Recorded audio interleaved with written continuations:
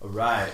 So I have this set up like this with these chairs. I just noticed we're doing black and white privilege. You're in the black chair, right?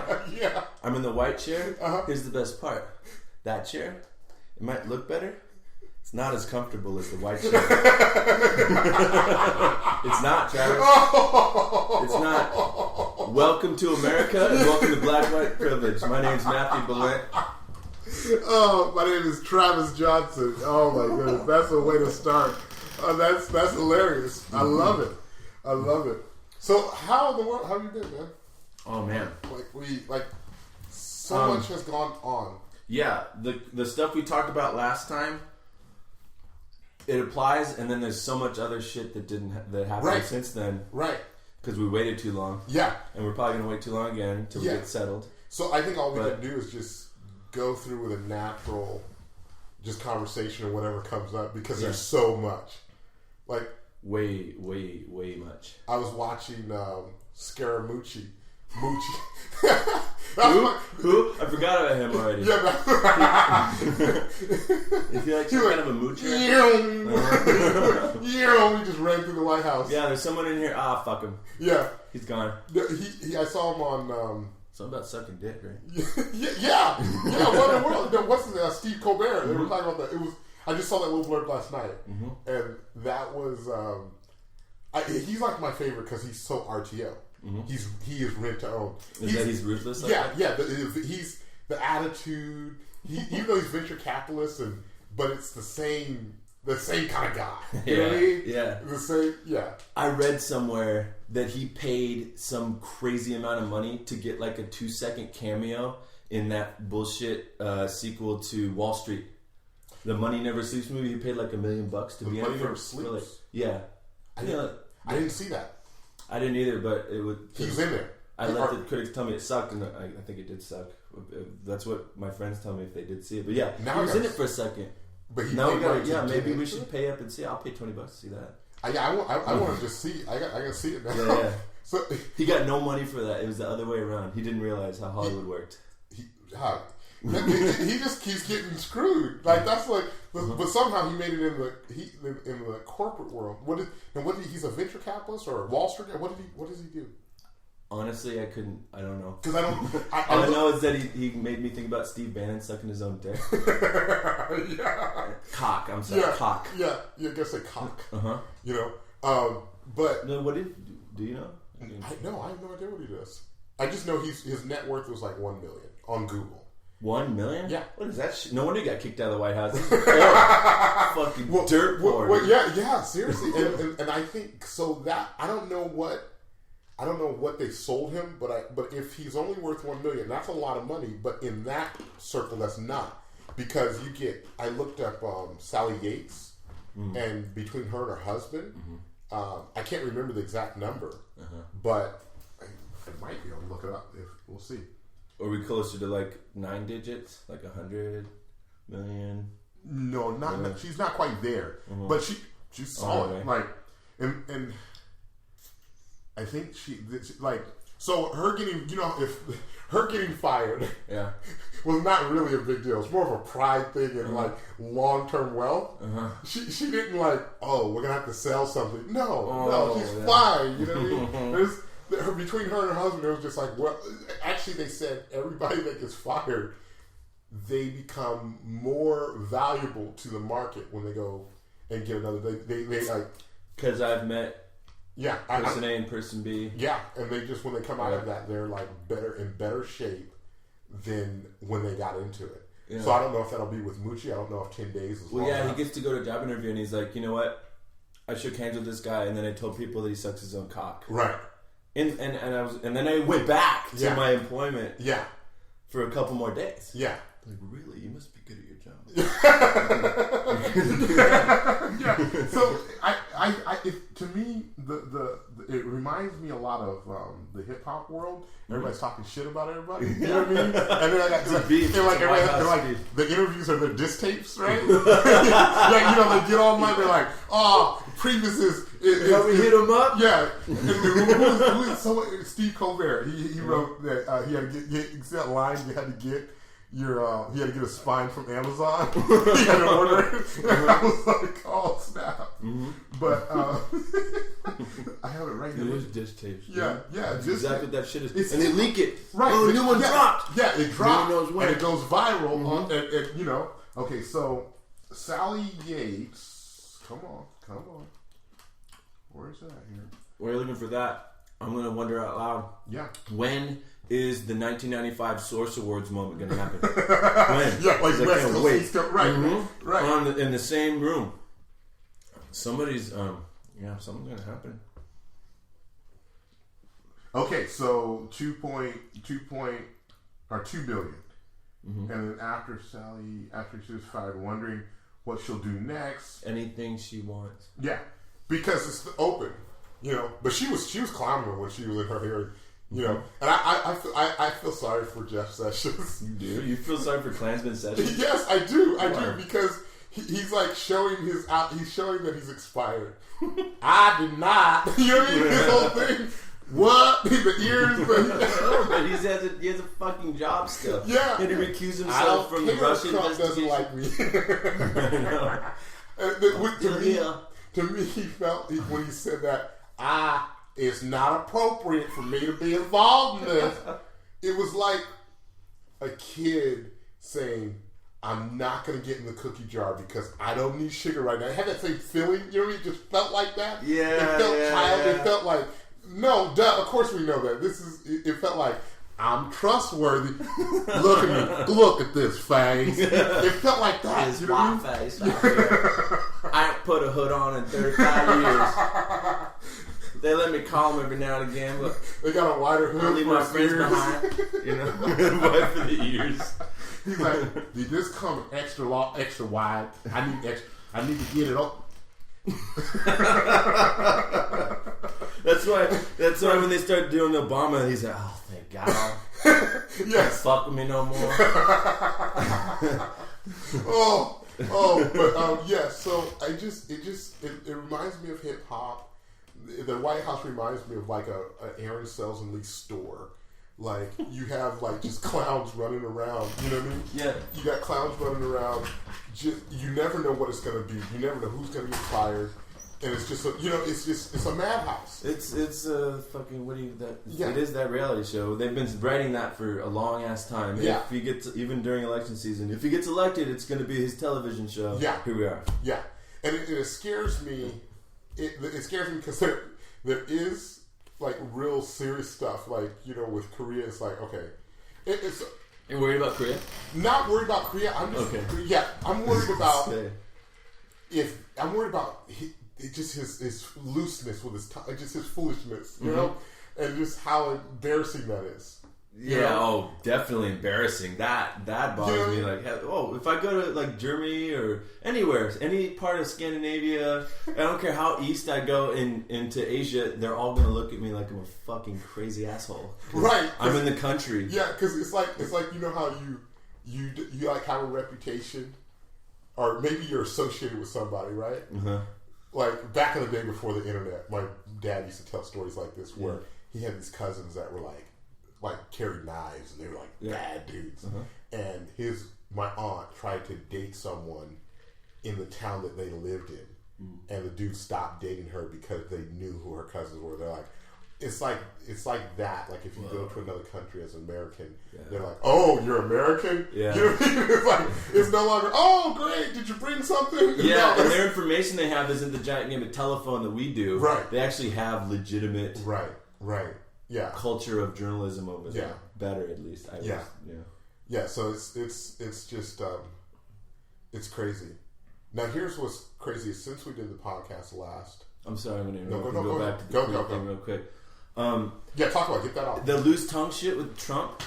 I think everybody on the planet, and if there's any life on Mars, they know too, just what a fucking clown he is, and they know not to take him seriously, and they know that he says 3 things in the same sentence, all of which are in conflict with each other. I don't know if that's even logically possible. Yeah, but he does it. He figured a way to just completely delegitimize every sound that comes out of his mouth. If he sings a C note, they'd be like, are you sure that's not an F sharp? That's a fucking F sharp. He's bullshitting. He's bullshitting his notes. Yeah. You know? So even Kim Jong Crazy Un is gonna. Oh, by the way, his dad. My buddy told me. My buddy David told me that Kim Jong, his dad died of Kim Jong illness. What is that? That's what his dad's name is. Kim Jong illness. That's what his friend. My friend told me that. I was like, dude, I want to slap you and I want to thank you for saying something like that to me. No, but even Kim Jong Un knows that Trump is full of shit and nothing he says has any weight or merit. And isn't he a young man, Kim Jong Un? Maybe he's Kim Jong Il in a suit. I don't know, dude. Yeah, he looks young. He looks young. He looks fresh. Yes. Because his dad, he got that fade too. He got that fade. I want to touch that skin, see how soft it really is. Yeah, just catch that, you know? Yeah. It's like, ooh. But his you dad look at him, don't you just want to be like, I never had that kind of sensation. And then slap. But I'll go with you on it. I'll go with you on it. Feel that now, I think he does have kind of a milky type of sensation. He's cute kid. Yeah, he is a cute kid. Yeah. Dangerous. Yeah, like that kid playing with his car. Let me see let's see what happens. Russia next to China. yeah. And then Putin happened. Mm-hmm. It was funny because we're actually touching all the things that happened. Mm-hmm. Putin happened. They met, and then he was like, I asked him. He said no. So it's all, let's just move forward. I'm like, we're going to move off this real quick. No, I invited him to the dance, and he showed up, and then he wouldn't slow dance with me. So, yeah. It's the American capitalist dog. It's crazy. It is a very surreal thing, just where we are. Like, it really is a shit show. Mm-hmm. And it just is what it is. Now, it's creating a situation where they can't govern, though. They have majority everything. Yeah. And they can't get shit done. Yeah, John McCain stepped up. Our White Diamond came out. White Diamond. You saw that? I got chills. He was preaching. Hand out. You know what I mean? Boom. Yeah. Yeah. I got chills. He was preaching. He was like, I really, and like I said, I feel like he truly believes. Mm-hmm. And he's probably been around long enough, and he's seen progress happen with our current structure. Mm-hmm. And so I know he believes in it. And he believes that it's a slow process, but he believes in it. And so to me, that was a manifestation of his belief in the system. Whereas it gets really weird because I believe Steve Bannon, I've heard, I don't know, again, what can you believe? Nothing, yeah. Right? He said that he basically wants to tear the government down. He's always been saying that since, for years. And I'm like, okay. His presentation doesn't help. No. If you want to jump in and destroy something from the inside, that's the last thing that should be on your lips is, I want to do this. Yeah. And somehow people are like, yeah, he wants to do that. Yeah. Let's him try. Yeah. We've been trying. We can't get shit done. We go out and shoot up schools. Right. And we burn crosses. Right. And we'll shift all of the money over to charter schools so we don't teach anybody shit. And it's heart's still beating, damn it. Let's get Bannon in there. Yeah. Yeah, it's really, he just, his whole thing is like, oof. But he just physically looks like just terrible. You know what I mean? I'm like, how is that? You think with all that money you could just clean up. He is authentic though. Yeah, that's true. He's ugly. He's just as ugly on the outside as he is on the in. Yeah, I wonder if there is something to that. It's an honesty that I appreciate about Steve that you don't get from Trump. Because Trump, he really sprays it on. Right? Yeah. I'm like, he's not 70. No. That boy, that look, and that hair, But it was something I was thinking of. Two things I was thinking of. One that's coming up is, and I can't get off Scaramucci. He's loyalty after he's been fired, still to. Yes, it's interesting. Really? Yeah, because he was still like, the president is a, you know what I mean? That's weird to me. I just had a theory. Go with it. Maybe they told him at the interview, they're like, okay, how do you feel about being hired? And then you say some crazy shit, we'll fire you in 10 days, and you come out in loyal support of us just to say how awesome we are. You know what I mean? We need something like that to happen right here. I wouldn't put maybe it not past crazy shit, but yeah, because I wouldn't put it past anybody. I think who, you know what I mean? Because it just like, what are they? Just 10 days, and like Sean Spicer, you know what I mean? you know, like right now he's like, oh. yeah. He was really taking it to heart. Where Stennerude seems to be like handling it better. Somehow he's got an inside track. Because he's too calm. He doesn't care if people boo him. He's so cool. And Steve Colbert went hard on him. I mean, he was on him. He established it. He didn't, you know. But Sean Spicer, boy, it seemed like he just seemed like they just poked him in the butt. You know what I mean? Mm-hmm. Like, he's like, he just had that, you know. Suck a cock! Yeah, he just looked offended and beat up and just frustrated and just stressed out. I was like, this isn't for you. Like, whatever they're paying you, it's just not a good look for you. You can't handle it. Yeah. You can't handle it. Most people, I don't think anybody truly does handle it. Yeah. But he was really, really outwardly, it looked painful, visibly getting rammed. Yeah, it looked painful and to watch him. yeah, it just was like, oh man, dude, this isn't for you. It just didn't help. And so Saturday Night Live is just ramming everybody. Just Melissa got him. She got him.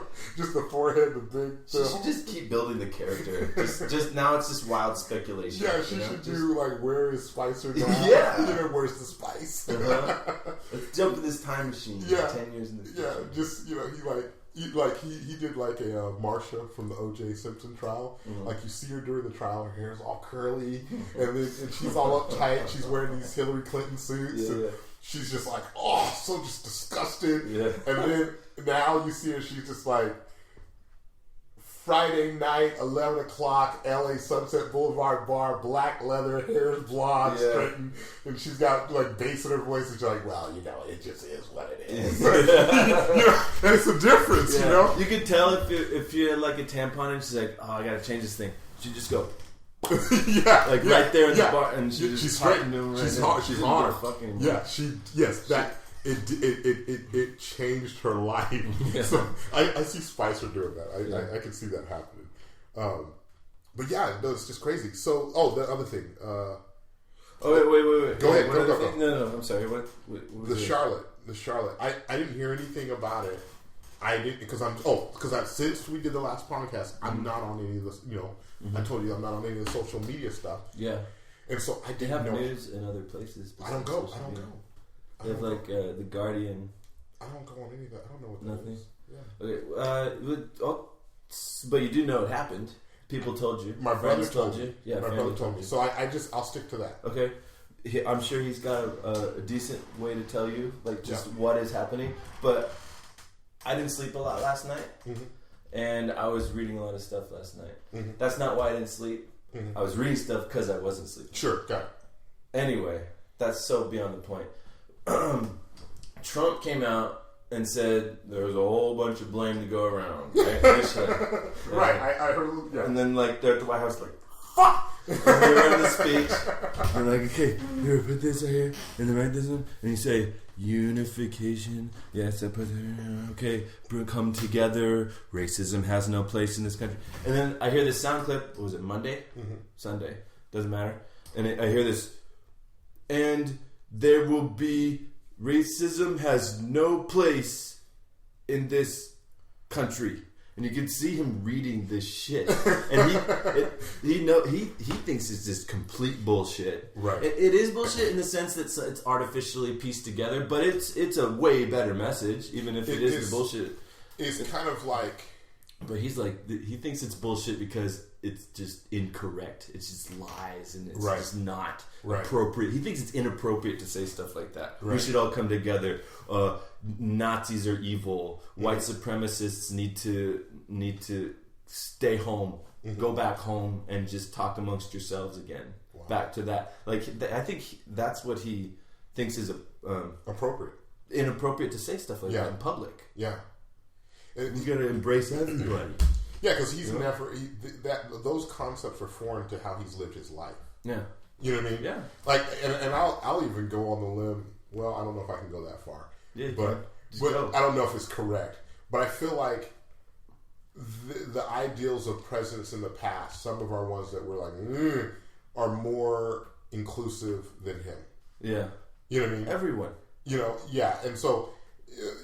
I would say Thomas Jefferson, the slave owner who defended it, is more unifying than Donald Trump on certain levels. Yeah, I think you can draw that conclusion. You could tell he had cognitive dissonance. Yeah, you know?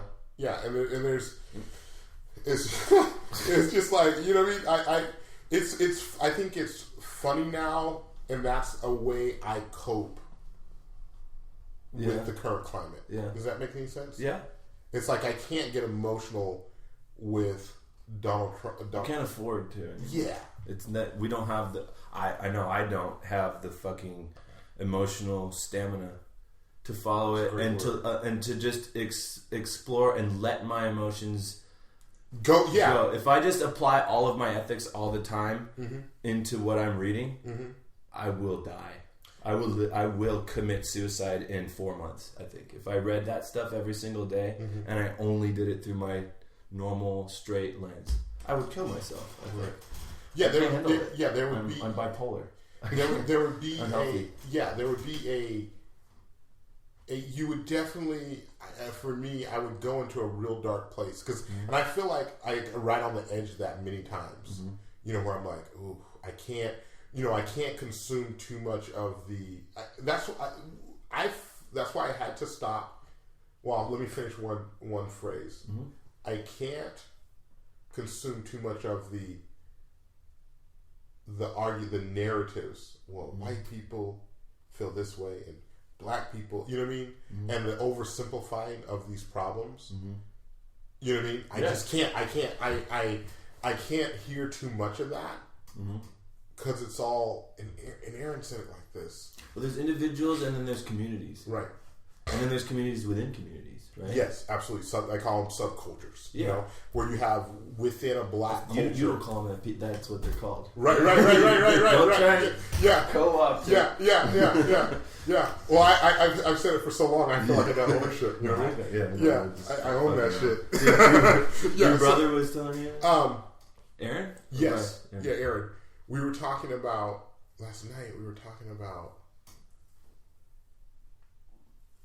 No. It was someone else. It wasn't Aaron. Who was it? Maybe it was Aaron. I can't remember. They were saying that Facebook is like the big truck, the big dude, the little dude in the big truck.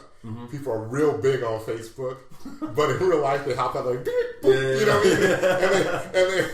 And you know, and they're not going to do anything. The dwarf pops up. And then, but the real stuff is done in your family, in your home, in your community. You know, that's where the real work is, and I think it takes effort. You know what I mean? And I think I definitely am trying to focus on that.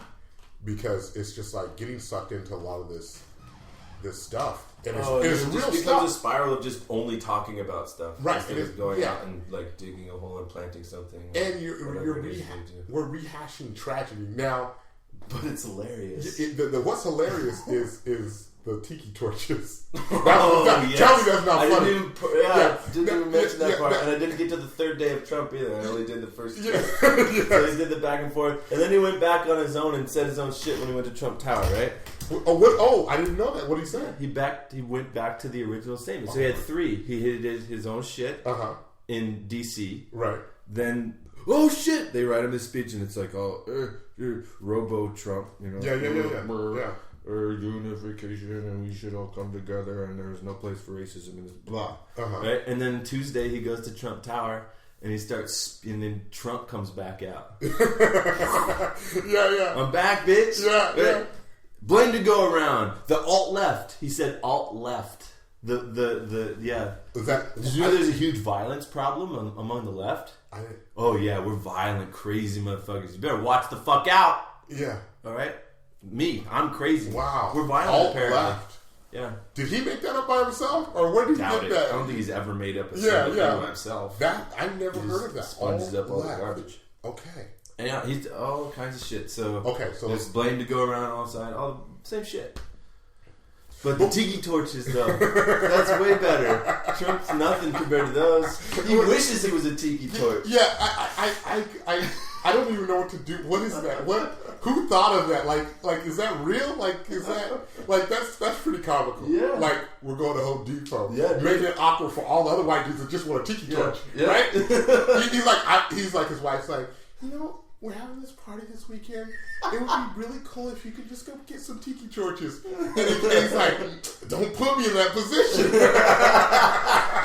Because then he's got to buy 6 of them, right? Around the yard. It's real simple. And he goes in there, and they're just looking at him like, this motherfucker right here trying to get some tiki torches. Talking about he needs 6. Yeah.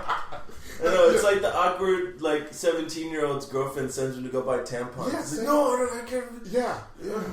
Yeah, it just makes it awkward for everybody, man. It's hilarious, though. They're marching through, and they love it.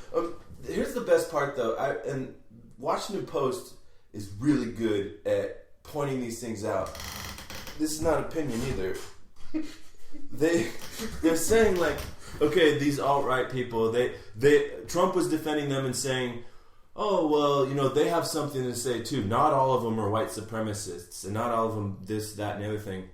The people who were marching through the campus with the tiki torches, waving around, they weren't talking about the statue when they were on the campus. They were bitching about the Jews. Oh, my God. And and the black people. And they're the reason that we're marginalized in this country. Okay.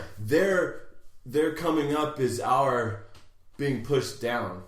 That's what they were bitching about. Wow, okay. Yeah, because... So it's really, you guys have a valid argument? Because that makes 0 sense. The more everybody prospers, period. Even if it's just one group. Right. People win.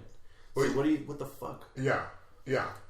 And the other thing, sorry. No, go ahead. That Trump... I'm not sorry. I just had to keep talking. I too much of a pause for you to talk. Yeah, get it. Trump said, "Oh, well, should we take down?" Here we go with Thomas Jefferson and George Washington. Should we take down their statues? They were slave owners, Trump said that? We're not talking about slave ownership here, all right? And that brings me back. I'm sorry, I gotta get all checkerboardy. Yeah. When I said on a certain level, Thomas Jefferson is better than Trump. Look, Trump's actions throughout his entire life are better than Thomas Jefferson's because he's ever owned slaves. Right. But I'm just saying, if you were to put somebody who's as morally bankrupt as Trump back in the 1600s and give him as much money as he had, he would blow those other slave owners out of the water. That's what I'm trying to say. Yeah. Don't confuse me and tell don't take that out of context, people, and say, "Oh yeah, Trump's a slave owner." No, he wishes he was. Yeah. Okay. Anyway. Yeah. Clotilda. No, it's good. Send me money to Venezuela. Okay, so. But what? I sidetracked. No, yeah, go ahead. Get it all out. I'm fucking up. Oh well, doesn't matter. No, you got time. We're good. What the hell was I talking about with this slave? Oh yeah, so Trump's bullshit argument that he said also at Trump Tower. This was only at Trump Tower. Oh, should we be taking down the statues of George Washington and Thomas Jefferson because they owned slaves? We're talking about these were founding fathers. We know they owned slaves. Mm-hmm. We all accept that, and we just have. That's just. I hate to sound like this other guy wants to put up his stars and bars, but that's part of where America came from. Uh-huh. These are the people. They wrote things down. The stars and bars never wrote shit down. That's just a symbol for hating on black people in the discussion. Right. But Robert E. Lee, if you want to come up with your best human Confederate flag, that's the guy. He led a rebellion against the United States. They couldn't be less American.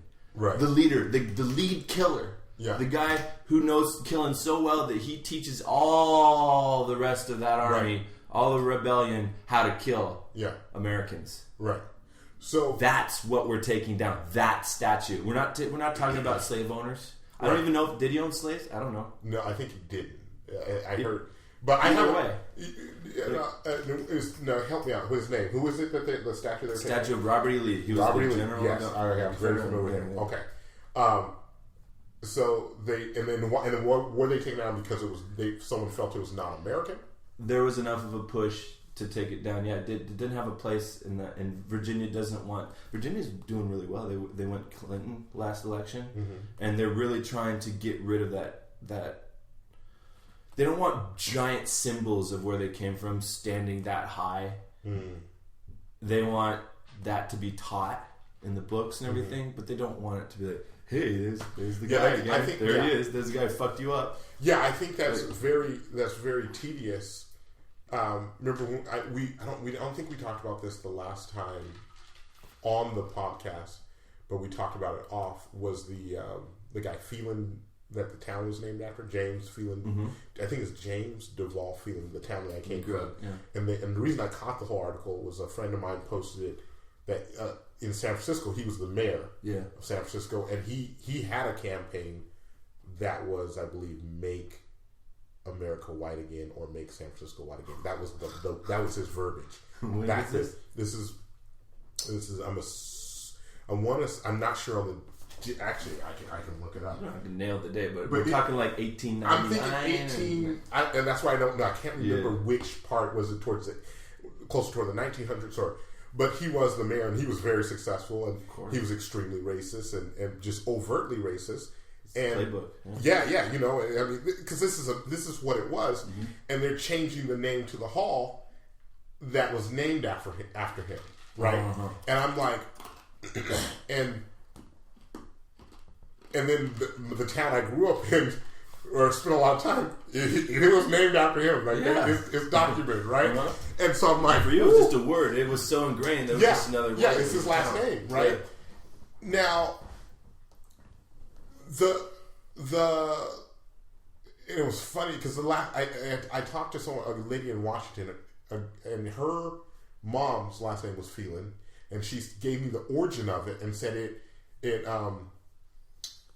was, I think the word derived from wolf, which white wolf. yeah. He's like, oh, you know, he's like chasing, you know what I mean? Chasing you out there, boy. Don't let the wolves get you. That's my phrase, right? Don't let the wolves get you. So, and what was funny was she was right at that. She was upper echelon. This lady, you know, did she have hate in her heart when she was explaining feelings? No, she was cool. She was cool. But you know, it's all good now. Yeah. But they won. You know, they won. Like they didn't lose. So they were changing the hall name, and I'm thinking. It's a very fragile thing where you don't, by changing the hall that he made, does it erase, they're basically saying we're no longer going to honor him, right? But do we erase that history that is, you know what I mean? Do we, what line, at what point are we rewriting history and not acknowledging that these monstrosities, that these offenses occurred? You know what I mean? I think it's when education starts to morph into adulation. Break down adulation. Almost sort of like worship. Like we adore something, something that we look at it and we feel like, oh, this joy or this nostalgia or this active. You're drawn towards something, right? Yeah, I feel like that's what the word. So wherever that line is, that's kind of what I think people are getting uncomfortable with. Yes. And what's interesting, and then, but that's one side. You know, one side is like uncomfortable. We're going to change the name of the hall. We're no longer going because it's an honor. That's the whole thing. This hall is in your name. Hell yeah. You know, representing your life, and I'm like. It's a really like the same thing we talked about with King County. King County was initially up in Washington. Was initially named MLK. Yeah, was not MLK, and they changed it. I'm like, all right, well, okay, you know, yes, but let's not forget that cat existed, and you know, because I think it's the mindset of knowing the past. It is important to know. You need to know. Yeah, hell yeah. You know, and if that's how they want to educate, and that's how the community wants to spread it, yeah, I can't really. So I find the whole thing very interesting. Yeah, I find the one side, and I find the one side I understand. Okay, don't honor this. Don't. But then there's on this side of where I'm like, yes, take it down. I'm like, but let's not forget what actually happened. Never. Let's not act like these things didn't happen because they affect so many things now where people sit, you know. And so, but then there's this other side that I'm really interested in, the alt right, I guess. Nazis. They're fucking Nazis. Yeah, I hate Nazis. this. Yeah. I don't like alt right, dude. Yeah, yeah. That's my new N-word, dude. I like the N-word. I love it. It's like Chris Rock says, poetry. You know what I mean? Oh, I love it. I love it. No, that's my new. A white person using it the wrong way. Yeah. Is anytime I hear somebody referring to a neo-Nazi or a white supremacist as an alt-right. Okay, that's how I feel. It's like I cringe when there's a white dude on stage saying nigger in a crowded room. Yes. Like, holy shit, what are you doing? Right. What are you doing, dude? Yes. Yeah. Why? So the Nazis, the American Nazis. That's actually good. They ought to take that. American Nazis. They can really make some money on it. Aryan Nation. Oh, see, it's all there. Yeah. So the Aryan Nation, the American Nazis, the White House right now, pretty much. So this. I'm really interested in how, if they truly believe, and I feel like some of them do. But it's such an interesting thought to like, oh, I'm infringed upon. You know, I'm like, no, you've won. You've already won the whole thing. Like you're not going to lose it. Like, trust me, you're not. Like you won. You don't even need to fight. But it's really interesting that people really get, like, will go out and get tiki torches. You know what I mean? They'll go get tiki torches, and I can't get away from it. I'm like, oh wow, and they really feel something and feel like. And it's really interesting to me. It's really interesting, you know, and I have to keep it at that abstract place because I can't go there emotionally. You know what I mean? I have to keep it abstract and just like, wow, and be really objective with it because it's just like it's so surreal. Oh yeah, it's so surreal when I look at. Yeah, what is that like when you see? Because I know what it's like for me, but. I hate it because it's all that white guilt, and I just feel bad for these people that get hurt by it, or like kids, like white kids, black kids, whatever color kids, them seeing something like that, like they're 6, and they're like, "Hey, mom, dad, what's going on here?" I think it helps. I think it would be probably 10 times more, maybe 1,000 times more distressing if I had children of my own, and I'm going. Oh my goodness! Like trying to explain this to them, or to keep. I would really have to go inward to the family, and that's what my mom did. Yeah, they set us down and had conversations, and really just it was heavy as a kid knowing that when someone calls you nigger, what that means, where that comes from, and knowing that that's not your name and that has nothing to do with you, and but at least you didn't have videos of fucking crazy people wandering around college campuses. You're supposed to go to college. Oh, that? Right. Yeah, because your idea of college, my idea of college was never about marches growing up. I never even questioned that, right? Those types of marches. Like my parents taught me about marches in college, and they were protesting a war. And there was like it sounded like good things. They were protesting against racism, and there weren't American Nazis showing up. Right, there were cops. Right. So I guess they're wearing different clothes, right? Yeah. They're. So to answer your question, what does it feel like? Sorry. Well, what's interesting? I'll say this to start with. What's interesting for me is working in South Central. When I'm in LA and seeing the real poverty, seeing the historical placement economically of people that and family members that have never been able to really get their lives together and there's no retirement, there's a lot of brokenness financially and emotionally and mentally, and seeing that and being around black people and then hearing someone say, "Oh, I'm oppressed. I'm oppressed. My rights. Why are you taking all this stuff?" And I'm just like, "Are you from the Ozarks, dude?" Right. If you are, then sort of, but not the same reasons. Yeah, and it's so it's abstract. It's very interesting.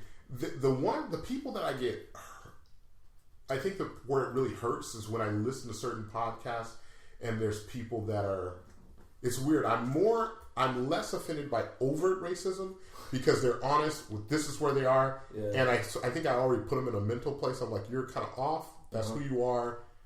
Get it. Thanks for the honesty. Yeah, but the ones that are privileged and can help out, can help the cause, and pull yourself up by your bootstraps. Yeah, that mindset is very. For some reason, it's so offensive. I have a visceral fucking reaction to that too. Yeah, you know what I mean. And it's weird. It's the subtle, like, oh well, no, like even Joe Rogan, and I like him. I love a lot of his stuff, but he was like, I think they need good examples. I'm like.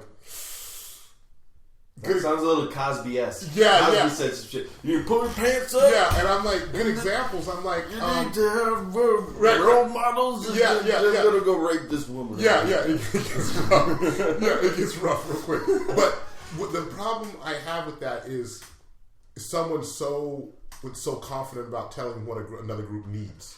Yeah. When you're not when you're not in it. When you're not in it, and you haven't made efforts to really be inclusive and in it. You know what excuse I love for that? We're all Americans. Right. Well, so I get to tell.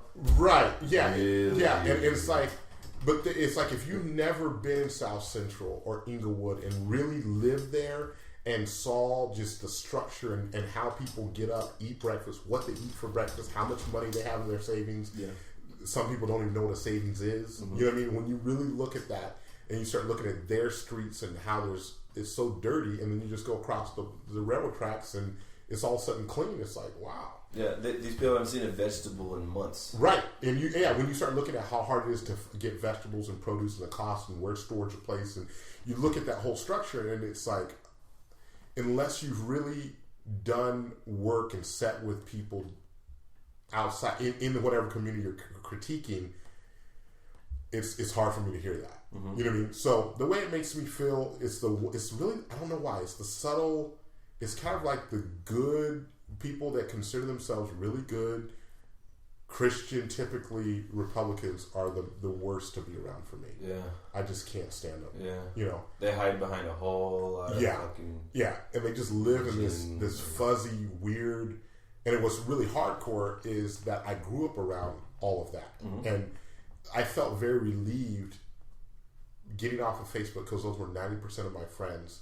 And a lot of them can't hear me. They can't really hear. And they almost use me as their paradigm stabilizer. So they have a paradigm that they're not racist, that they aren't a part of this thing because they know me, mm-hmm. and because they haven't heard me personally say I'm offended by something, then everything's cool. Yeah, but because you didn't say everything that was on your mind all of the time, every day. Right. And so then when he's everyone. Then when I do, it's this barrage of emails trying to shift that paradigm back to everything's cool. Uh-huh. Because when I'm not cool, they're like, Travis never complained. He was all, and it's like... Yeah, he was a good... Yeah, yes. Got him on the head. Yeah, it's that type of thing, and it gets really weird, and that's why I just had to stop. You know what I mean? Yeah. And so those are things that... So when I see the alt-right guy, I'm like... A lot of them are almost... Nazi? The American Nazis. Cool. Yes. It's new. It's easy to slip up. Yeah, it's new for me. It's new for me. It's like Bill Maher moment. Yeah. My man. Bill Maher. So... For those guys, I almost feel like they're like making career moves, like because the temperature is and people feel bold, like they can like become spokespersons. I think it's just a book for them and speaking engagements, and it's money, so much money. You know what I mean?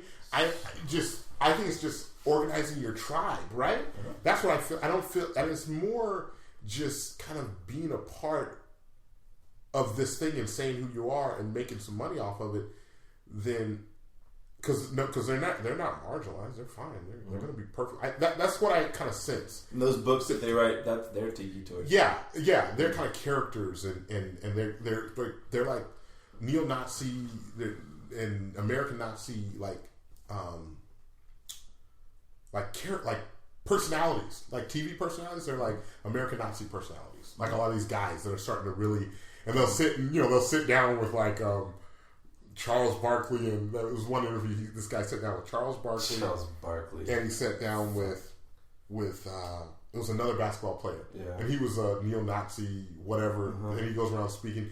to me, it's all just like it's a movie. It's you know what I mean? Yeah. It's contrived. Oh yeah. And 30 years ago, you could have swapped Barkley out for OJ or something. Yeah. Same kind of thing. Yeah. I don't. So, but it's the people that really have privilege and have wealth and have just family support, and then they critique a brown or black community that offends me more. Because I'm like, man, if you just slow down, you could be so much help to like our community. Yeah. Like we could really have unity and come together. And some people are. Yeah. Some people are really able to integrate their lives with people other than white or all black. So yeah, yeah, man. No, that's interesting because it also brings us to the concept of the intersectionality, because you were talking about when these white people, they say that they're marginalized. Well, why are you? Tell me why. Because white people can be marginalized. Absolutely. But tell me why. Well, because, like I was saying earlier, like this person's rising up, that person's rising up. You're talking about two different things when you say that. And right. I have a visceral reaction myself, a personal visceral reaction, because I've been marginalized before. Mm-hmm. I am bipolar and I have ADD. Mm-hmm. And my sister had dealt with borderline personality disorder for a long ass time. And I won't speak for her, but she's. Sure. I'll just say that.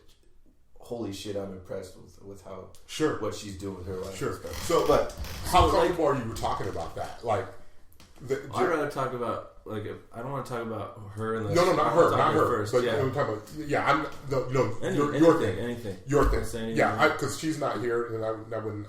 But just your thing. How. Well, here's a very minor example. Mm-hmm. Like when I was single for maybe like 2 years maybe, mm-hmm. Months, whatever. And I was like, I'm gonna jump in dating again. And too many of my friends are like, dude, you gotta get on Plenty of Fish. You gotta get on OkCupid. Mm-hmm. And I was like, internet thing. Like, no. It's like this is where it is now. Okay. Mm-hmm. And the very first one that I was like really talking to, and we traded numbers and we're on the phone.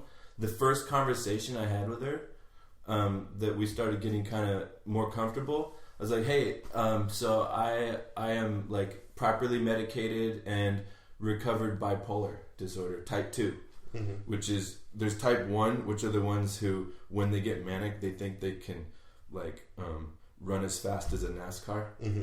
or they think they can like consume like a whole gallon of alcohol and mm-hmm. still like say the alphabet backwards because they're superhuman, mm-hmm. and they still get really depressed. They have hard crashes, mm-hmm. but their tendency is more towards mania. I'm a type 2, so I've dealt with depression for years, like mm-hmm.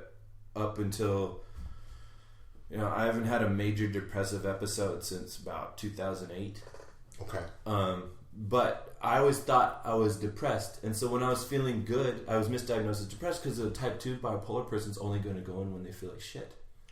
Right. I still have manic episodes. I just don't ever think I'm Superman. Like, I'll be more confident than I should be in a given situation. I'll get more comfortable, and I'll think, I'll talk way too much or too fast, or I'll jump around from too many different subjects mm-hmm. when I'm not supposed to. Here we're supposed to. Yeah.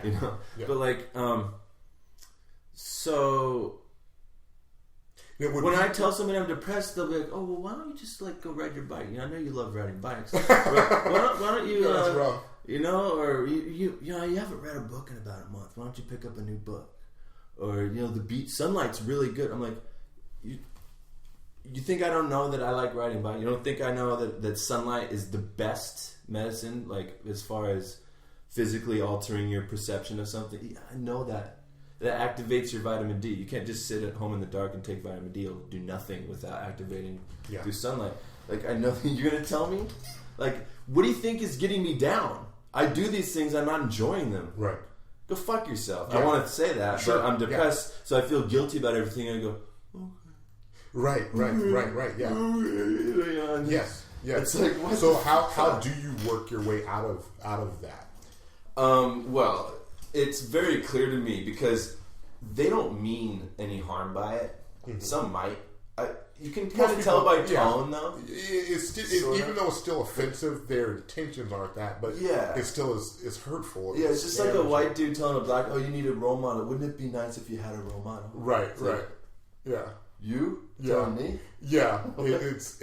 Yes. So yeah, it's the same kind of thing. It's like these mentally stable, or I don't know what the word is.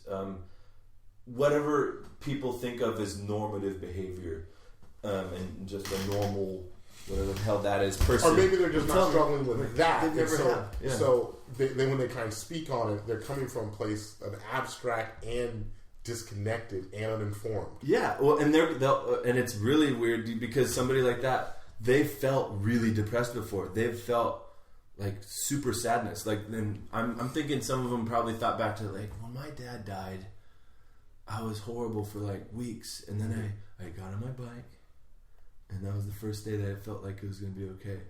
Mm-hmm. That I started to accept my dad's death. Maybe it's something like this for him. He just needs to get on the bike. Right?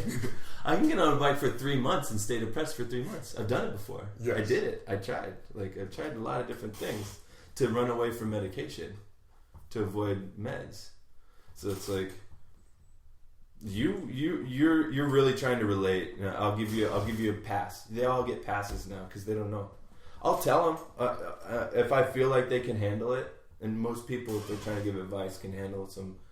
They're not going to feel insulted that I'm telling them, no, that's not how it works, or anything like that. Yeah, device. That's depression and advice mixed together.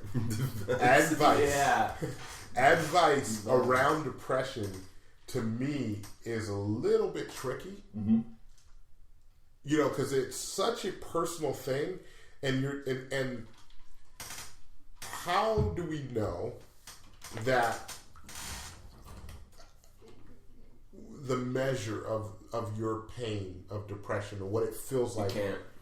You know what I mean? So, and then you could take 3 people and all 3 of them are in depression or dealing with depression.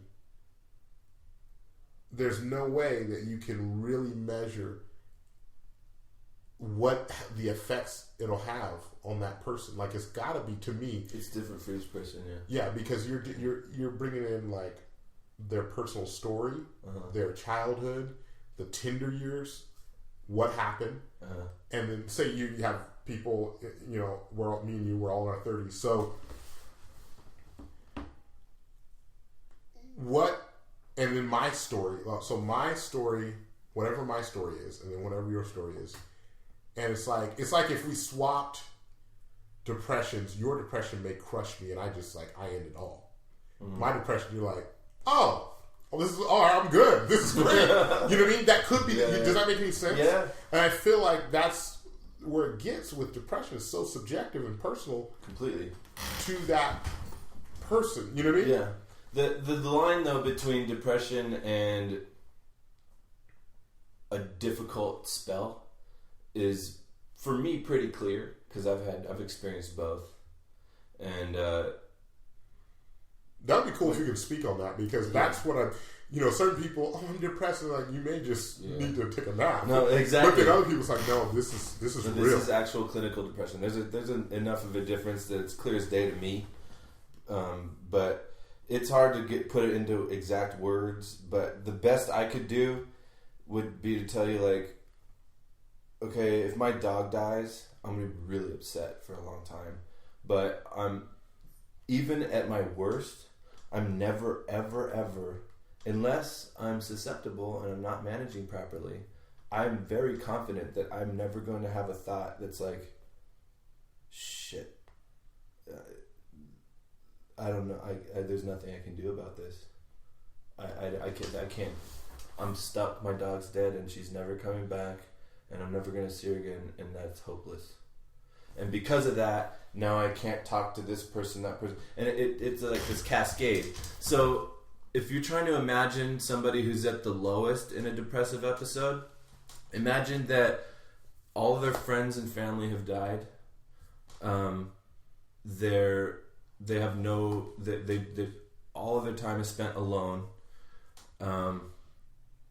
And the worst part, though, is that when they realize that none of these people are dead, they blame themselves. A person, I will blame. It's my fault that I don't have relationships with these people right now. I do have relationships with them. I'm just not talking to them right now and it's my fault. And you get to go back and forth on yourself. It's a double-edged sword, and both of them cut deep in the wrong way to yourself because you say it's my fault, and then you also realize no, I could talk to them, so I'm not. That's why it's my fault.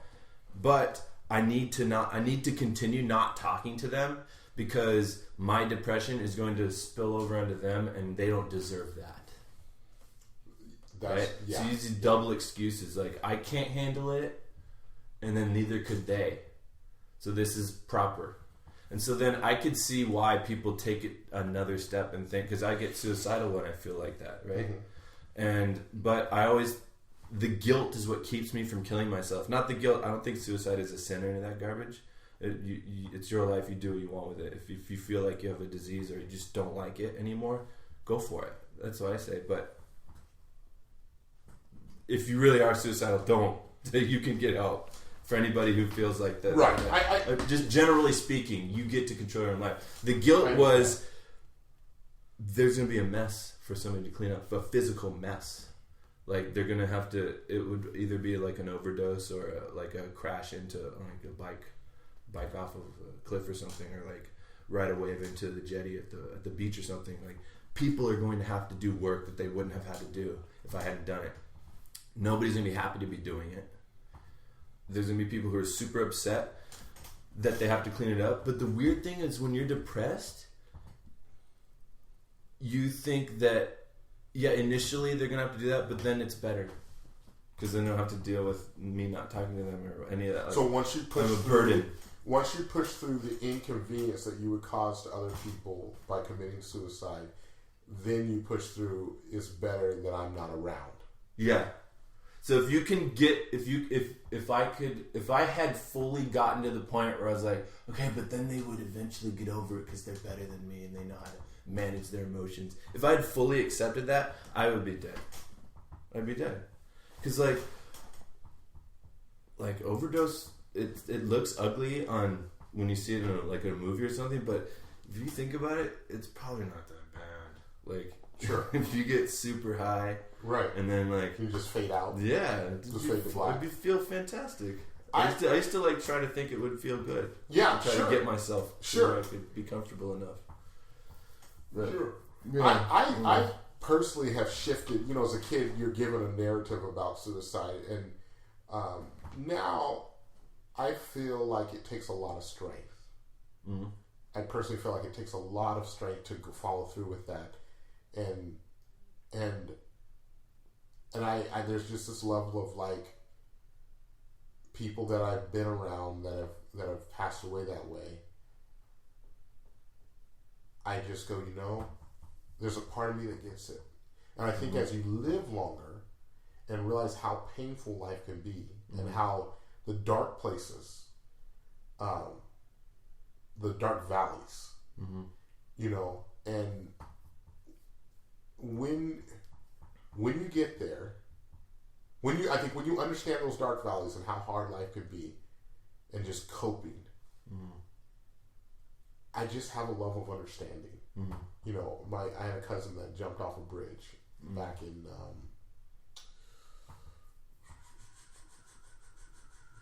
probably 2006, 2007. Whoa. Just an overpass freeway, just boom, and I'm like, that really takes something. Yeah, that just takes strength. Something's on that person's mind. Yeah, that takes a lot. Yeah. Even if you're really off your stump, so to speak, I'll use that loosely as a metaphor. That really takes up to me because I'm too scared to jump off of there's no way. That just terrifies me, right? But this brother followed through with it, and I'm like, wow. And then I had another, my wife, one of her family members, shot herself in the face at a range, and I'm going, ooh, that to me that takes strength. On a certain level, yeah. Yeah, and I just look at that. I'm like, I couldn't do that. There's no way. Yeah, I can't. And I have been very close a couple times and really got myself in a place where I just wanted to cross the yellow, lines and just call it good, you know. The first time, the only reason I didn't do it because other people were in the car, you know. Yeah. And don't be a dick about it. Yeah, you know what I mean. Yeah. I was like, no, I can't do that. But I was really there, right? Yeah. I was like, I'm ready to just so, and so I don't know. It's but I think there's not enough safe talk in my community, and I'm not really talking about the black community, but not in the black community as well, definitely. But I'm thinking more of just more the subgroup of church that I grew up in. Oh yeah. No one allowed anybody to be depressed. No. And then you're in church, and so there was because it's like God can heal everything, right? Yeah. So that gets you really locked into a corner. That was huge. I grew up, that was another piece of it that I didn't even mention. Right. That was a huge piece of it. And so I grew up with nobody talking about, and they're like, oh, well, if we just pray for you, you're going to be good, you know. And so there is a black narrative, a mindset in the black community that doesn't deal with mental, because black life has been so hard for so many, historically, they don't deal with depression. Black people as a whole don't know how to talk about it. Yeah. Because my cousin, who was having mental challenges, no one would talk about it. And I even tried talking to somebody, and and how I found out that he was having challenges was we went to a wedding, and this is a guy I grew up with, and I talked to him for many years, knew him, and something happened, and he got off kilter, he got thrown off, tipped over. No one told me, so I walk up to him trying to shake his hand thinking everything's normal, and he acted as like a animal in like a dog, like a dog that's been beaten, like out on the street that just is running. Oh yeah. And it was all these people. I was at a wedding. Yeah. And I'm like, what is going on? I thought I was tripping. I'm like, what happened? What did I do? Like, this is not normal. Like I was like trying to shake his hand and how you doing? And I couldn't he wouldn't let me get like 5 feet close to him. Damn. And then another one of my cousins who was on my mom's or on a different side was like, oh, he's not gonna let you get a hold of him. And I'm like, no one said that this brother is going through this. There was no support, even though he had all these people around him. So you get that in the black community, and then you get the church layer on it, where we're just gonna pray for him, just pray for him. So everybody just shows up, and it's all. So everybody knows how you're supposed to be ready. But you get there. Only the family knew, but they didn't know how to talk about it, or how do you go up and tell somebody, my brother is going through this stuff. How do you go to a setting? I don't even know how to do that. How do you go? There isn't a standard for how that's supposed to be done. Right. You just have to do it, and that's really fucked up for too many people. Right. Who can't do it. Right, and I get it, but the brother jumped off the bridge. Yeah, that's the result. That's your result. So I look at. So I feel like there needs to be a lot of discussion, and we need to really shift how we talk about mental health and mental stability, mental illness in a less taboo way. That's just something personally I'm really trying to do, and really just give space that there's times that you can be over the corner rocking backwards and forwards, and that's just what it is. We really have to. I remember in college, there was this news story where this dude was on this roof, and he's butt naked, and he made the evening news. Yeah. And he was built like a bodybuilder. It was a black dude, just looked like Terry Crew. That's what he looked like. And he's just walking on a roof, and they're like, "Oh, he looks angry." I'm like, "No, that brother's mentally off. Something happened." But I'm like, "How did we go to anger? Like, what in the world?" Yeah, that's another angry black guy. Yeah, and I'm like, no. There's more going on there. If you find yourself walking on a business. You're on top of like the pet boys and you're butt naked. There's that's not just you had a bad day. Yeah, it's like, you know what? I am so fucking angry today. Yeah, I'm gonna strip my clothes off, get on top of that building. Yeah, that's something different. And I was so offended by their just lack of going any deeper into the mental stability of this guy. Yeah, and then the one there was someone who was like a caregiver, and he shot, and the police officer stopped him, and the guy had a toy, and they shot the caregiver, and it just got all weird. It's just like, it just looked awful, right? It's just like, I know it's so easy now. If you're, I can imagine if you're black and you're depressed, you got the easiest, most efficient way to commit suicide. Right. This side of 1895. Yeah. Just run up like, hi. Yeah. Oh, okay. Yeah. Bam. Yeah, that's it. Hey guys. Yeah, it's just. I have a present for you. Here, it's right here. Yeah. Yeah, that's a lollipop. Oh, this guy's dead. Yeah, it's over with. So it's I don't know. I really, really think that we need to, whoever we is, people. But I personally am really just shifting and really slowing down on how I think about mental illness and depression and how did they get through it in the 1800s? They didn't. They killed themselves. They drank. Yeah. They drank, and if they had access, they smoked weed. But it was harder to come by, and it wasn't as strong. And that was also like, what are you smoking, the wacky tobacco? Yeah. But yeah, I think they drank. I think they beat each other up. There was more fighting. There was gunfights. There was beating slaves if you're a plantation owner. They drill a hole in your head to let the evil spirit out. I remember that. Yeah. And then it turns out like lobotomies actually kind of work in a weird way. Like they turn you into a calf. They take like somebody super angry, super depressed, and they just turn you into a lamb with the lobotomy. But I think that's where I think it came from because it happened accidentally. This dude was working on a railroad or something. He was really angry, foul mouth, pain in the ass to work with guy, and this spike just shoo through the front like that, I think, or like up like this, and it hit the frontal. It was a frontal lobotomy before they knew what one was, and he was like mellow. Like he still knew how to do his job. He still knew how to do sorry, that's hilarious. Yeah. That's hilarious. They're like, he survived somehow. Like Earl just comes back and they're like, "Is that Earl?" Oh yeah, dude. And they're like, "How come he's so calm?" Yeah, like, yeah, that's Spike. And they're like, "Shoot, let's do this." Like, where's that Spike at? You know what I mean? Like, where is that Spike at? You know what I mean? Earl's just like, yeah, give or take, whatever you want. Yeah. Cool. Oh, you need me to lay down 25 extra spikes? No problem. Past dinner?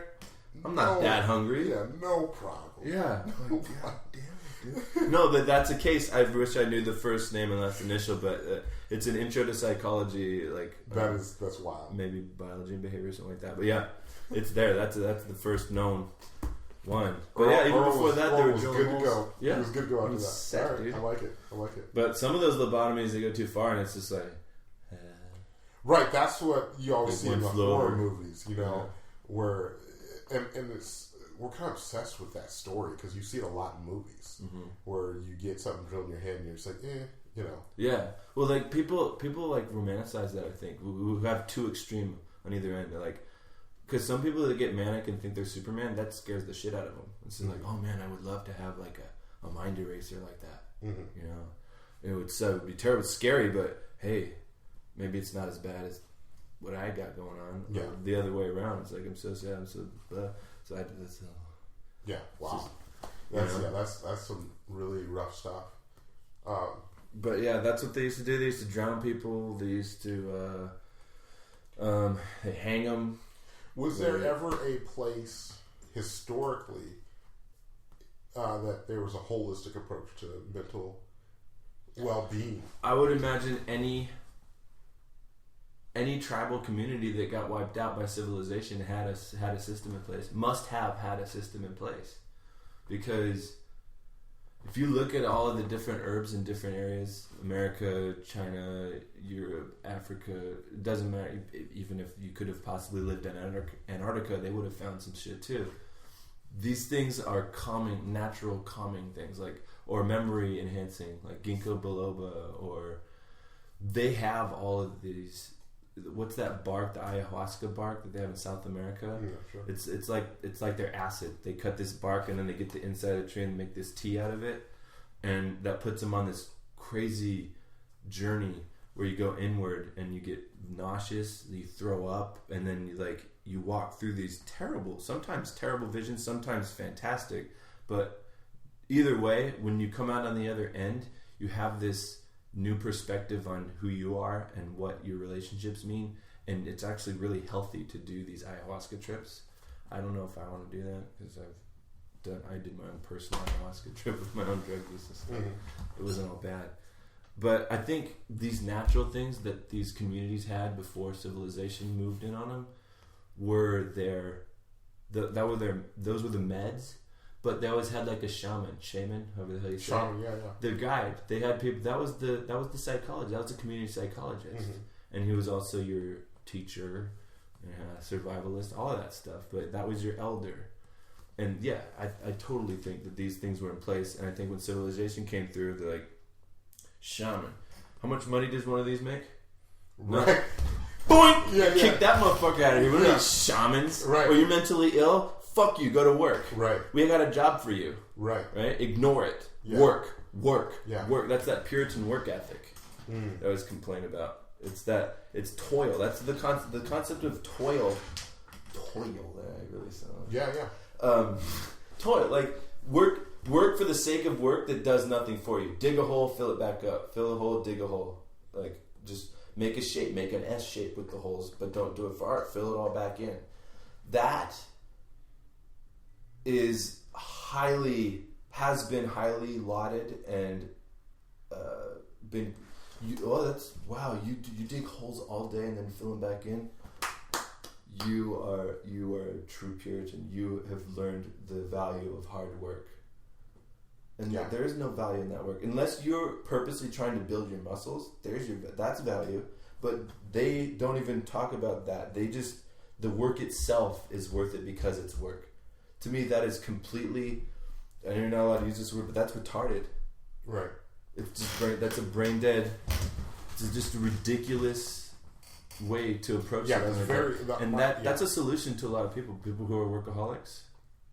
They're making money, and that's the excuse they give to people. That's not really why they work. They work to avoid whatever it is that they're avoiding, right? Or they're right. They're medicating. I've done it at Albertsons.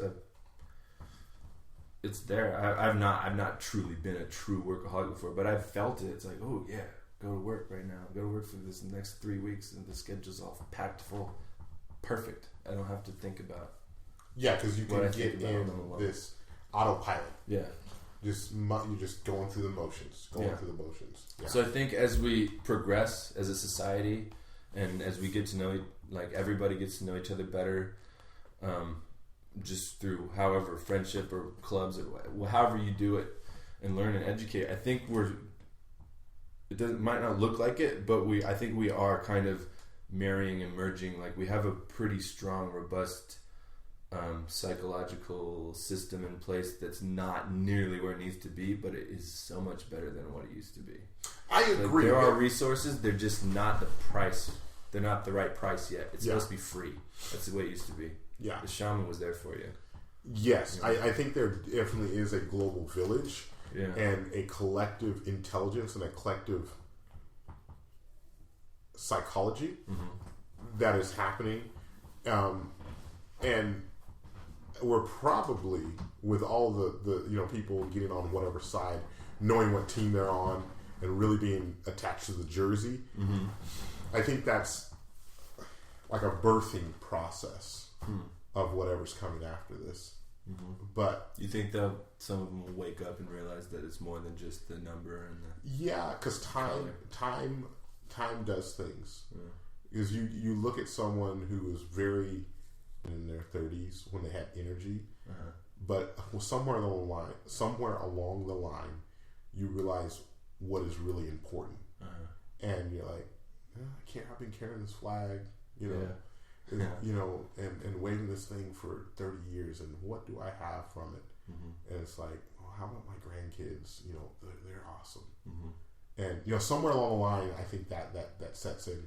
right now, a lot of the people you see out doing that are very young, are in their 20s and 30s. Yeah. They have just physical energy. Yeah. But you get marriage, you get kids, you get grandkids, you get really, I think, just like what is it all for? You know? Yeah. What is it for? I don't know if that matters, and I don't want to like minimalize somebody who is trying to figure out why and what. I feel like you'll intersect with that somewhere along the line. You think so? Yeah. You'll have to question. There's got to be some self-reflection somewhere. Oh, I see what you're saying. Yeah. No, I thought you were talking about like the more existential, like why are we here? What's our purpose? No. Like you're just talking, as like when you say you're the American Nazis. Okay. Somewhere along the line, you're gonna do some self-examination. Where did I come from? Okay. And even the real was it? I can't think of the name. I guess on the tip of my tongue. The Washington Redskins? No, no. Whatever group you're with, you're somewhere as a human being. You're going to do some self-reflection. Yeah. Why am I so interested in being part of this gang? Right. Yeah. I like what Chris Rock said about this. Democrats are fucking idiots, and Republicans are fucking idiots, and conservatives are idiots, and liberals are idiots. You just want to be in a gang. Yeah, I'm down with a gang. Yeah. Yeah. So we've been going an hour and 15. We got to remind them how long they've been listening, huh? I guess so. Is it time to get back to work for you people? Get back to or work. Continue working without listening to us. Hopefully, been working all day long. This is the sound of a man. Yeah, working on a railroad. We're working on railroads. Oh, you know what? Yeah. What? No, working on a railroad. Let's say we're working on a railroad in Claremont. Railroad. Scooby Doo. Right now. This is the word association portion. Yes. You were going to say something, though. That was. How important was it, really? Because now I can't remember already. Yeah, I was, but it's not there, and it's okay. Okay. Do you want to end it here, or you want to go further? I remember. Okay, good. The suicide thing. Yes. Like, it really... I've talked about the serious thing about it. Medication is really cool. It's not for everyone. I think it's for more people than it isn't for. If that makes any sense at all. No, that does. If you feel like, the main difference though, I've explained the feelings of it when you're in the worst. There's people who never suffer from depression who I'm certain have felt that bad. It's not the degree, it's the how often does this happen? Is there a pattern here? Can you predictably know, based on either something that has happened recently or the time of year or even the time of day? Is this happening regularly? You're fucking clinically depressed. Don't self-diagnose because you're never going to get the help you need if you do that. It's a good start. Yeah. But then you're going to try and if you think you can self-diagnose, which you probably did successfully, then you think you're going to be able to self-help, and that's just not. And you'll turn into Hannibal Lecter if you're smart while you're doing that. But you're going to eat your own balls. Right? Yeah. So that's what I was I thought you were getting to, and I was kind of deciphering was what determines clinically depressive, like how often, and is it how long you're in that state? Yeah, or more how often? It's both. It's both. Sure. For some people, it's how long they're in it is what bothers them. For others, it's I get super depressed every third Sunday, and that's too much for me. It's a big question for the personal part about it is, how bothered are you by this? When you recognize that there is predictability behind this, how fucked up does that drive you into a psychologist's office? Does that drive you into a bottle of ketamine? Where does it take you? Does it take you to a place you want to be, or do you feel like you're in control of your own behavior at this point, even if you're just sitting in a room by yourself trying to meditate and failing all day long, whatever it is? That's very interesting. Yeah, for me. Or does it drive you to do something successful and get yourself out of it?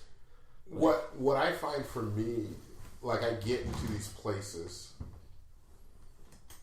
and it always drives me to talk to somebody that can listen really well. And then I'm reset and I'm ready to go. You know what I mean? Yeah. That's friendship and family is Yeah. Fucking awesome. Yeah, because I can get kind of isolated in my own head, and I don't even realize it. Where I'm just going around and walking around in Travis, that Travis Dome, Yeah, but it's entertaining for a while. Yeah, I was like, what? What's up? I'm like that cat with 3 legs, just walks in. He's like, are you gonna pet me or what? Yeah. You know what I mean? And I'm like, someone just need to pet Travis and he gonna be all right. But I'm like, what? I'm like that. I'm like, the car left. They're going to Disneyland. I'm like, are you gonna wait for me? I barely got here. It's that thing, right? Yeah. It's that, and that's addicting. Yeah, that's where I get, but I think that's very helpful. What you said is, where does it guide you? Because I've never used drinking, and I can't imagine that because I think my body just can't handle it because I don't have the tolerance for alcohol, but.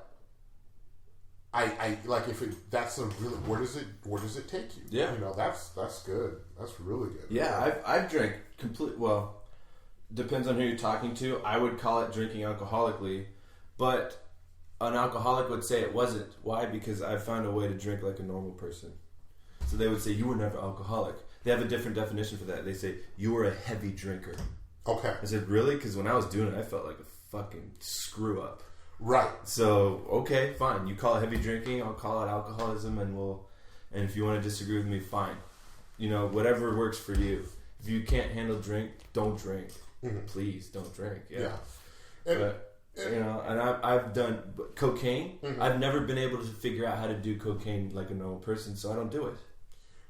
How long would your highs last? The marching powder? 40 minutes tops. Wow. And then you chase it the rest of the time. Because you get that... What I learned pretty quickly after like maybe it was like the 4th time that I like actually purchased it. I was like, yeah, enough with this thread sized thing and trying to figure out where that's how you handle other things. If you're like smoking something or whatever, like weed or having a drink, you sip if you have like whiskey or something.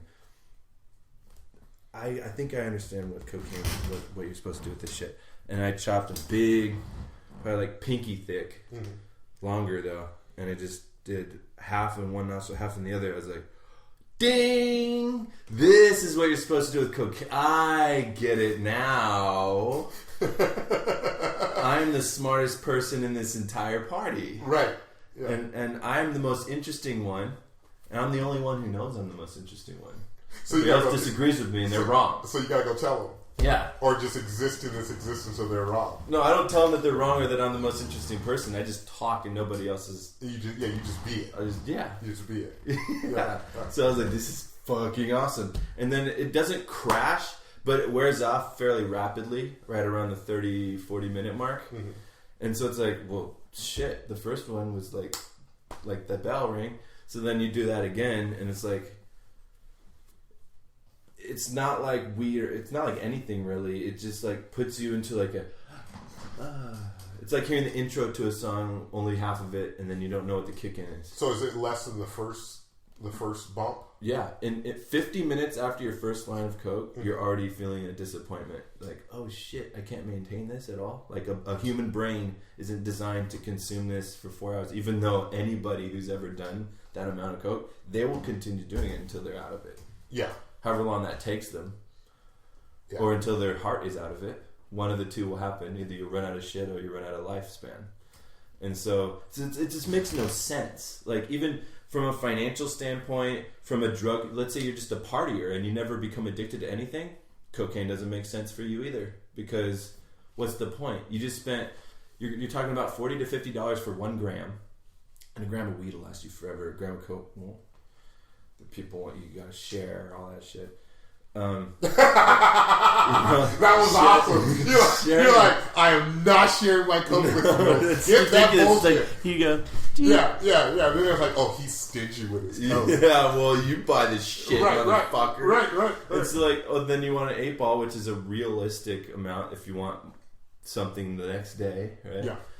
That's 110 to 120 to 90 if you're fucking crazy and you want to get something that's like 10% or whatever. I don't need to do math for you, but it's dumb. It doesn't make fucking sense. And then for me, I was hooked, so I'm just burning through money. I was like, wow, I got hooked on this thing that is fun for 40 minutes and then it just sucks. You're just chasing something that, and it's weird because you know it's not going to come back, but you still, it's just like, did you ever see that episode of The Simpsons where Homer accidentally crossbreeds tobacco with tomatoes? No. He just grabs a whole bunch of seeds and throws them into the yard because he just knows nothing. He pissed off a dueling guy and they had to escape to a rural setting, right? And so he just throws all these seeds and they're like, Homer, what'd you do? He's like, oh, I just threw seeds out. Like, you gotta work the land. He's like, oh, yeah, this is hard work. And so he just pours a whole bunch of green, his radioactive goo over it. And then, like, you see sprouts, and they harvest them these tomatoes. And then Bart takes a huge bite. Oh, this tastes awful. And it's like brown tobacco ooze coming out of it. It's like, this is terrible. I want more. Give me. And then they're, like, selling this shit on the side of the road. They're like, here, get your tobacco. And, like, Chief Wiggum brings his idiot son over. And he's like, yeah, take one. Here, try that. They just spit it out. Everybody spits it out as soon as they eat it. They're like, this tastes like grandma. It's like, oh yeah, this is awful. I want more. Okay, I'll take a dozen, a bushel, or whatever you got. Just give me. Yeah. That's what Coke's like. But instead of spitting it out when you first take it in, you do choke because it numbs your throat. But it feels really fantastic when you first take it in. But then it's the tobacco effect afterwards. You get nothing, and you're just chasing. Yeah. And other people say, well, you take drugs to feel normal. I've never really had that. I've always felt high whenever I took drugs. I never felt normal when I was high. The whole purpose was to not feel normal. But I hear, like, opiates. I never could get into opiates. They say, like, you just got to reach your normal. They don't really even feel high anymore. They just feel, like, comfortable. And I think, but the closest I've ever had to that is when I'm chasing that thing again, is I want that high. But I'm not getting it, and I just feel normal and awake. It's really frustrating, and yet I still got hooked on it for 3 months straight, every single day. I got really lucky in that I didn't go like years. And it's like, hey, I'm gonna stay away this weekend. Like, I never lied to myself about what I was doing. I was like, I am doing this, and I'm doing it right. Is what I was telling myself. Yeah. And I'm glad that I think. Do you feel like? And how did you shake it? Like, how did you get off it? Went broke. I spent all my money. I was making, believe it or not, in Arizona in 2006, $15.75 an hour is good. It's like, I can't imagine how that translates out here, but I'll tell you this. When I started working supervisor at the butcher block at Albertsons, $15.75. I lived alone. My roommate moved out amicably. Plus then I didn't have to share anything with him after. No, I still, he's great. It's all good. But, so I had a 2-bedroom apartment with vaulted ceilings, central air conditioning. All the rooms felt like they were the same temperature when you walk around them. Indoor washer, dryer, dishwashing machine that just licked everything spick and span. Like, awesome TV. I never had a game that I couldn't afford. Never had a movie I couldn't go out and see. Go to dinner whenever I wanted. And I'm like, wow, I'm rich. And I got money to burn. Like, I just bought a mattress that was like a Simmons Beauty Rest and it had like the pillow top, and I thought that was the shit. And so I'm like, I got all this extra money. Why don't Coke's a rich people's drug and they love it. I want to do that. That's how miserable I was making that kind of money. I just kept buying. I was like, this is, I enjoy these things. I like going out and eating. I like hanging out with friends. I like doing this, but shit, let's try this one instead, And then you were able to kind of find your way out of that after you ran out of money. Well, yeah, I mean, work was like, work's difficult when you're doing daily coke. You got to take breaks. It's weird though because a smoker break, they spend more time than a cokehead. Oh, sure. On a break, they spend like 10 to 5 to 20 minutes smoking their cigarettes. But I just go out and back in. Like, I'm gonna go to the bathroom, or I gotta go, something. But they're not comfortable with somebody who can come back to work and really be super organized and get a lot done and be really enthusiastic with customers. They get spooked with somebody who's doing that. I don't think once they thought that I was doing drugs. I think they just were wondering like, what the hell is going on? I spent myself into oblivion to the point where I was like, I can't even. I have to quit this job. I'm going to go broke if I keep this job, so I should just quit this job. If that makes any sense. But at the time, yeah, there was that, but I didn't quit and think that now I can stop. Like, as soon as I quit, I was like, I got more time. And I got tons of money in the bank. And I saw it slowly shrinking while I was at work, but I was like, now that I'm not working, suddenly it just seems like this big, huge chunk instead of my steadily shrinking egg. Yeah. Does that make sense? Yeah. So it's like, let's do this thing. Yeah. And little did I know, I was subconsciously spending my way out of Arizona. And I hated Arizona. I always hated Arizona. It was so hard to find things to enjoy in Arizona. Like, they had movies, but you can do movies anywhere. You can play video games anywhere. You can ride a bike kind of anywhere. So I didn't feel like I had to be in Arizona to ride my bike, or right. I couldn't go to a beach. I couldn't go a whole day without bumping into some really, really racist fucking guy. Usually a guy, but they're everywhere, women too. There was just too many other things going on. And then with my son out there, it was like, this is how he's going to be exposed, is this environment. So, and I felt like I had my thumb in a dike that was just bursting, because, yeah, he has me influencing him. Because these ideas that I have today, they were there back then. They just weren't as fully formed. So he was still getting the feelings and stuff. Yeah. But, he's 2. He was a baby. He's up to almost 3 years old. And I was like, God damn, dude, like this. With every day that I'm talking to him about something, even before he could speak, I'm thinking, I couldn't. And when I look back as a more mature adult who's gotten enough help to help with bipolar and depression and all that, ADD. I didn't even think about ADD. I just thought I couldn't keep things organized. I realized I'm wondering, like, how bad is Arizona really? Right. Is it? Yeah. No, it's bad. I get my reminders. I get the news and all that. But, like, could I make it work if I lived in Arizona now? Probably. I could figure something out if I lived in Arizona. Would that be the right move? Probably not. I can get a lot more done out here. I can actually... It sounds really weird, but I can actually have a major impact, influence on my son in California. I have video calling. I talk to him every day on the phone. We can play video games together. Some games we can't even, when he's out here, we can't play certain games together because they're only multiplayer if you go on the internet. Wow. Which is completely stupid, because one of my favorite things about video games was that it was a group activity. Oh, we're tired, we want to come inside and drink some water and play some games. Or whatever, eat some junk food on weekends. Yeah, that's cool. No, that's going away. Mark, go back to Arizona so we can play. Right. We can play some Doom, buddy. Yeah. Wow. So, that's a really interesting journey, though. Yeah, I know, and it probably sounds really counterintuitive to a lot of people that, like, oh, Matt is. Cause I would think there's a part of me that thinks, well, that's weird. How do you have such a strong influence from California and a better one than you do in Arizona? I have equipment out here that I can't have. Like, I have access to a beach that just completely, like, a lake is not a beach. Don't tell me. I've had so many people say, oh, they have lakes.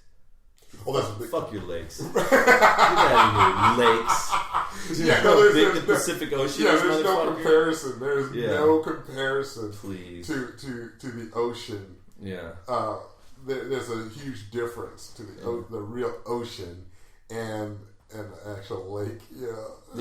If I was a resident of Arizona today, Mark would have had 1/8 of the time spent in the ocean, in the Pacific Ocean, that he has now. So, like, there's a lot of stuff that I get to do with him here. I think it just works. It works. I think you're in a good place, and when he's here, you're probably very focused with that time, and it's just so focused and so concentrated that it's very effective. Yeah. And if it just works, it works. Yeah. You know. That's another thing they say to parents who really struggle with when they have to work too much. Only one works and they work way too much. Mm-hmm. That all of the studies show that it's quality time, not quantity of time. All of them. I would agree because my dad worked all of the time. Yeah. But the time that I spent with him was gold. Was golden. Yeah. He made such an impact on me. It's just incredible. But he worked all the time. Mm-hmm. I mean, he was always working. Yeah. But the evenings I saw him every single night. And then as I got older, I saw him in the morning, because I would take him to work, take him to his carpool. Yeah. And we'd have just these little short quality times. And then it was the evenings. But he worked, he was gone, And, but he was gone during the day, but he was very much in our lives. Like That's cool. Yeah, when he would take vacations, he would take them right at the house. He wasn't going anywhere. Whoa. He was just, there was no vacations where you pack up the car and go. See, that I didn't. When my dad went on vacation, we left. Yeah, I don't even know how to take vacations because of that. Really? Yeah. You can figure it out. I've been on one vacation. Uh-huh. I'm sure I could, but I worked on all my vacations. I would go. God. Yeah. Company phone? Something like that? They give you a company phone? No. I wouldn't do company work. I would do my own, all the music stuff. I was out touring, but you're doing show after show. And you're working, it's just a different type of work. It's fun work and it's passion work, but you're still exhausted. Oh, when you go on a vacation, you do work. I'm not interested in that. No, but like the work part of it is navigating. You got I hate that. Customer service. This is I don't want a vacation. I don't want those two things right there are two things that I can't stand. Yeah, that is work now. A vacation for you is work. Navigation. Don't ever become a pilot because you can still fly to your location. No. Like but the part I don't look forward to vacations, and I think about this all the time. The one vacation that me and Erica tried to go on, we booked it up so much. Yeah. So because we didn't get a honeymoon. So. Oh. Yeah. But not that you really have to have. No. But you feel that pressure, right? You're right. Like, the social, it's like social and whatever, right? And we were like, okay, we're gonna go on this vacation, and we booked it up so much. Like halfway through, I got to like a crisis where I was just pissed off at the world. I'm like, what are we doing? I'm sitting out, and the honeymoon. Yeah. And I talked myself off the ledge, or a friend of mine was like, dude, just chill, we're gonna do da. And it worked out just fine. I just had a little personal crisis. Mm-hmm. But the part I don't like about vacations is after the vacation, you got to recover from that vacation. You're like exhausted. Oh, no. We took another 5 days. Don't let me lie to you. We took a 5-day vacation in Montana. Oh, yeah. And we were off the grid, away from no cell signal, nothing. Right? My grandma's ashes are in Montana. The place is so chill. Yeah. It's. I could get down out there. It's just so still. Like I like it, right? Yeah. But coming back, what was awful was coming back to my job and having to jump right back into the scheme of things and being physically exhausted from the vacation. Because we're just driving back, you just want to get back home, and we're just trugging, all right, you take 8 hours, I'll take 8 hours. You take, really, you're just trying to get back, right? Yeah. And then the just depression of being in this tranquil place with cows, not thinking about work, and then you're back in that office and with those people and with the customers. But dude, if you hadn't done the vacation, you would have still gone to work on that day, right? The day you came back from your vacation, you would have been going to work, and you would have been like, God, these last 2 weeks have been a fucking hellish grind, and I see people again. But the difference. That's worse, but for me, once I know that I could have been out there with those cows and just chilling, and then feel that, and it's like... You can't handle the tease? It's like that cocaine you were talking about. I'm just like... Then I'm like... Oh, I just want that again. Yeah. I just want that again, but I never can get it. No, then that's where you work hard. And then you go back and see the cows again. How about we just stay out there with the cows year round? Do they shit money? Did the cows shit money? Only in November. Only in November. That's when you sell them all. Oh yeah, you chop them into money. Yeah. That's right. And in November they take all the calves that they've raised up to the market. It's calving season. No, that's not calving season. Calving season is when they're all born. Then they raise them all up. And they take them, put them on this plot, let them eat, and put them over this plot, and do whatever. And then they then you take it all to the market and you cash it in. Right. But you got to live off of that whenever you cash it in for here on out. You know what I mean? Yeah. But I think I'm more fit for that. Mm-hmm. I don't think I belong in an office. Like yeah. Well, you know what I mean? What are we doing here? This isn't an office, is it? No, this is a creative. It's got a fancy door. You know what I mean? it's got like 1, 2, 3, 4 glass. That's beautiful. Yeah. And then this right here is like the original. This is the original 1963. That's the original closet. Yeah. Some little much shorter person than me was like, "This is a big closet. We even made it to the foothills." You know what I mean? Yeah. That's what they said back. It was beautiful. So no, but I can't do the bad lighting, and then that stuff messes with me. It really, and I did it for years, but now that I'm out of it, I don't know how to phone jockeying. I can't deal. But I hear white people probably see this door that Cindy's mom installed. Mm-hmm. If you try to sleep at night and there's a light on outside, the light comes through the door. It messes with your sleep, man. I have a bit that I'm working on.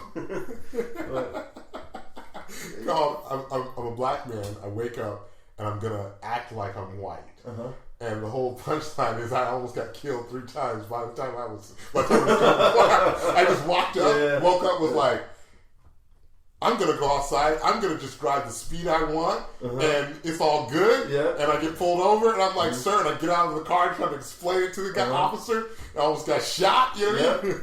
I'm going to scream at the cash register and give me the right change. Right. Yeah, that whole narrative. So you got to help me build that out. But I do notice how the light comes in, but I don't. Light doesn't bother me though. Dude, no, that it did for like maybe 1 or 2 nights, and then it was just a comfort. Yeah, it's just comforting. If the light was on, then I would just think, yeah, sort of, and then I could just say, oh, that's a reminder. I can turn that light off. And then 5 cents. You flex your power. Yeah, remember that? There was like a thing they were still have that. Yeah, okay. As the big the things come. Yeah, I never forgot that as a kid. I saw it was like flex your power. I was like, that's what I'm talking about. Get that light switch. 5 cents, dude. My dad used to have a thing where this is hilarious. And I'm using hilarious way too much. Yep. But it does. He had a thing where I'm trying to think of the system. I'm trying to remember it. If a light was on, if you left a light on, someone else could run, turn it off, and you had to pay them. Nice. And it was love that kind of stuff. It was a whole economy. So I remember my bedroom was on the back, and we're in the backyard. Yeah. And he's like, "Oh, light's on!" And he took off running, and we're both racing into the house, trying to get in there and get the light. Because if I get it off, then I'm straight. Yeah. But if he gets off, I owe him a quarter. Oh. And so it was this economy that can add up. Yeah. Oh, we were balling. Everybody was balling. It was a huge house. It was about this size, right? Because it was. I remember I went by the house. I took a picture of the house. I went by it for the day. I was over in Fontana. Cool. And they've really done it up. They've done it up well. Where is it out here?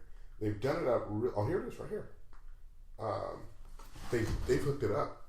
You can zoom in. That's not really a good shot, but that was the house, and it had 3 bathrooms. It had 1, 2, 3, 4. It was a 4-bedroom, huge backyard, and it was a bathroom where the garage is right there. It was a bathroom right as you walk in, and that led you straight into the kitchen.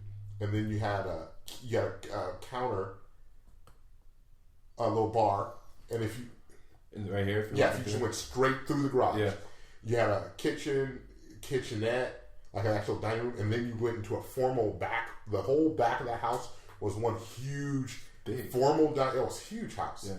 But my bedroom was on the back corner of that house. Nice. And so, how much of this do you think was added on? No, this is it. Yeah, that's it. That's the bones. Yeah, that's it right there, dude. Yeah, that is it. It had to be though, because there's 4 of you kids, right? Yeah, 5 of us total, and all five of us were born there. Were born by that time. Yeah. But now that roof that you see back there, that's something else. That little roof there. That's another. That's not. Like a neighbor. That's another. That's behind. Yeah, that used to be an open field.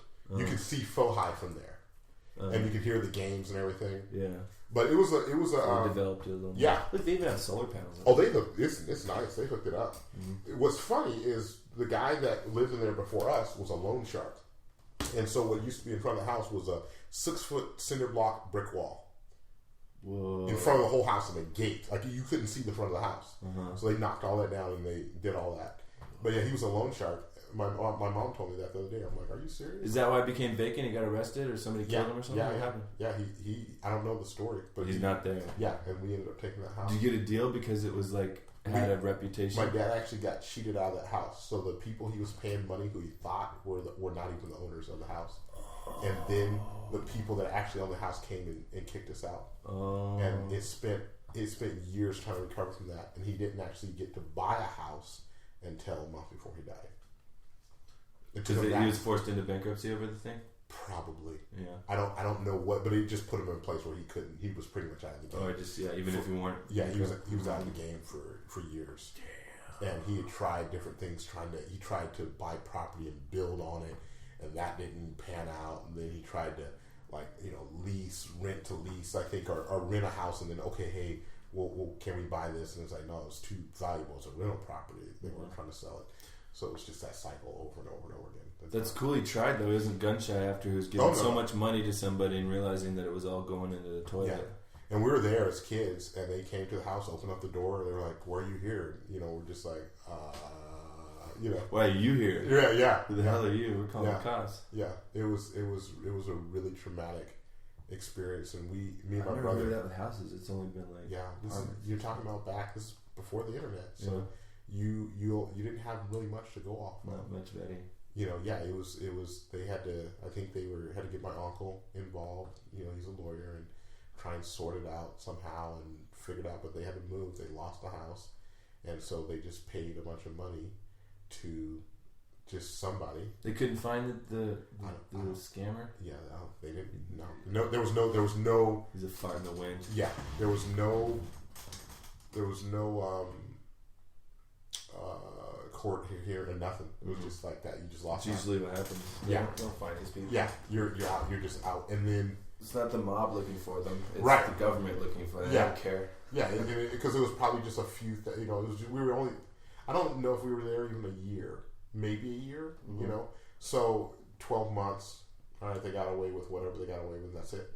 And then, a lot of damage in a year, though. Oh yeah, because for a working man, one income, to recover from that. Well, yeah, his plan was that he had a year's worth of an asset built up. Yeah. In addition to whatever money is taken away. No, nothing. Zero. So and he did. I gotta commend him for just staying in the game, but he was living in the world. He was with a family. He was trying to make it. And nothing's happened, so he couldn't afford to shrink back. Yeah. You know what I mean? No. There was no retreat. He's already there. So you said 5 of us kids. Mm-hmm. There was because there's you, Aaron, Bryce. You have Alicia. And then Alicia, that's 4. You have Alicia, me. You have Alicia. Older sister. Yes. I've never met her. And then, did I meet her? No. And then you have Aaron. You have Alicia, me, Aaron, Alilia, and Bryce. And so... Jesus. I forgot. You had told me that too. You told me you had an older sister. I completely forgot. Oh yeah, no, it's a lot. That's a lot of people to keep up with. Oh yeah, that's everybody. That's definitely her. She's the only one. She looks more like your mom than Lilia, yeah. Oh yeah, Lilia is me and Lilia are like twins. Our heads are like the same shape. We're she's a short female version of me. Huh. When was this? That was 2 years ago. Huh. Oh, that's yeah. We're gonna be playing there at the end of this month. At the gardens again? We'll be in the folk center. It's just they just feature us for the night. They have their open mic. Where's the folk center? It's right on Yale Street in the Village. Awesome.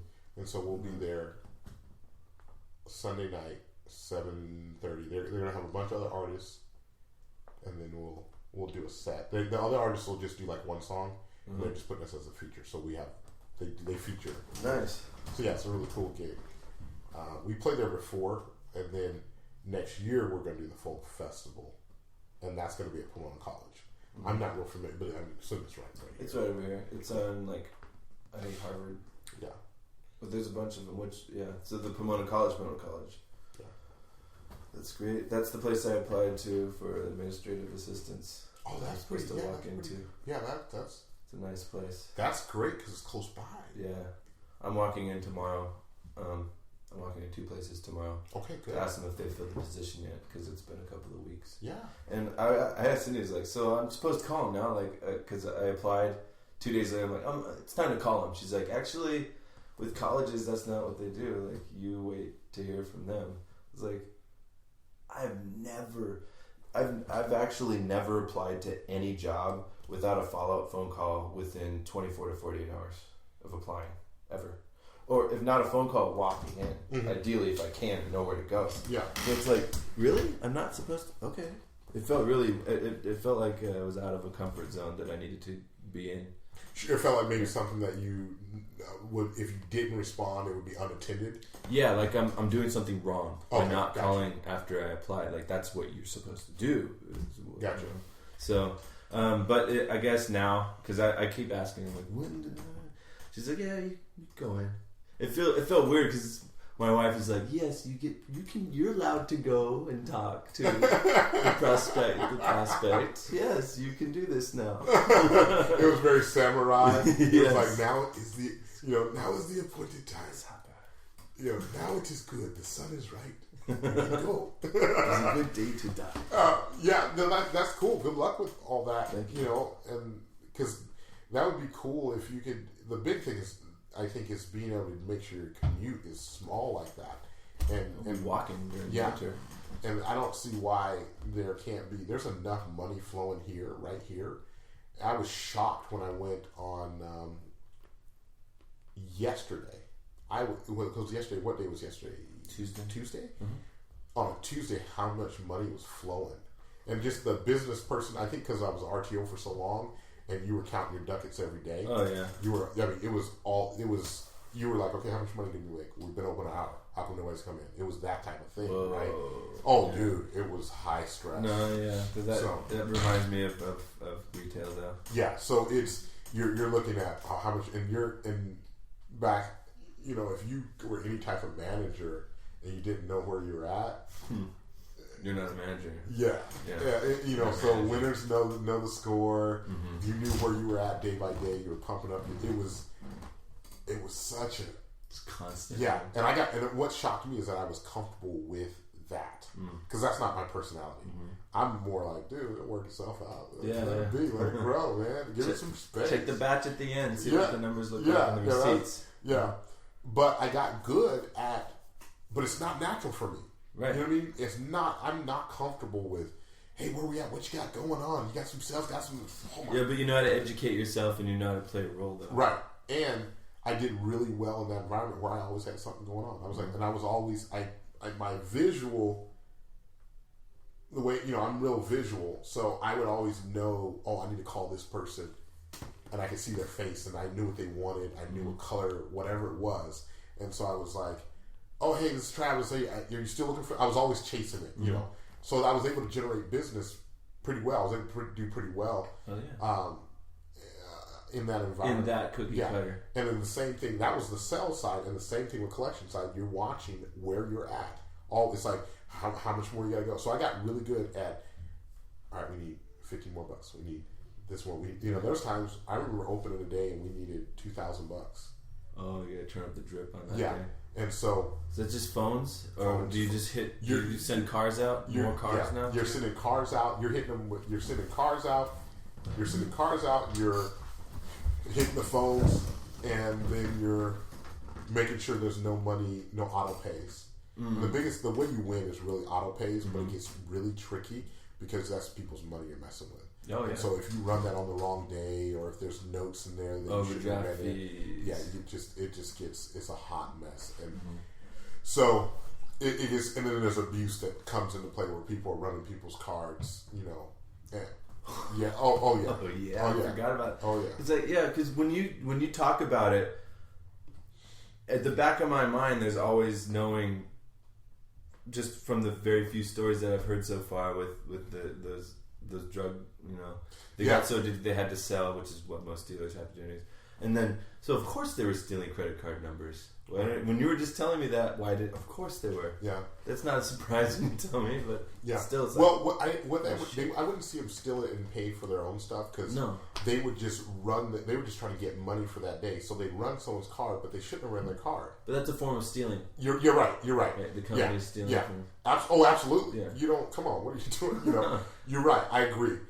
Which allows them to embezzle more effectively when they do want to make a cash grab, right? Yeah. Well, one guy, he had a whole thing going, and he ended up, I think they said they found a discrepancy of $10,000 over the course of 6 months.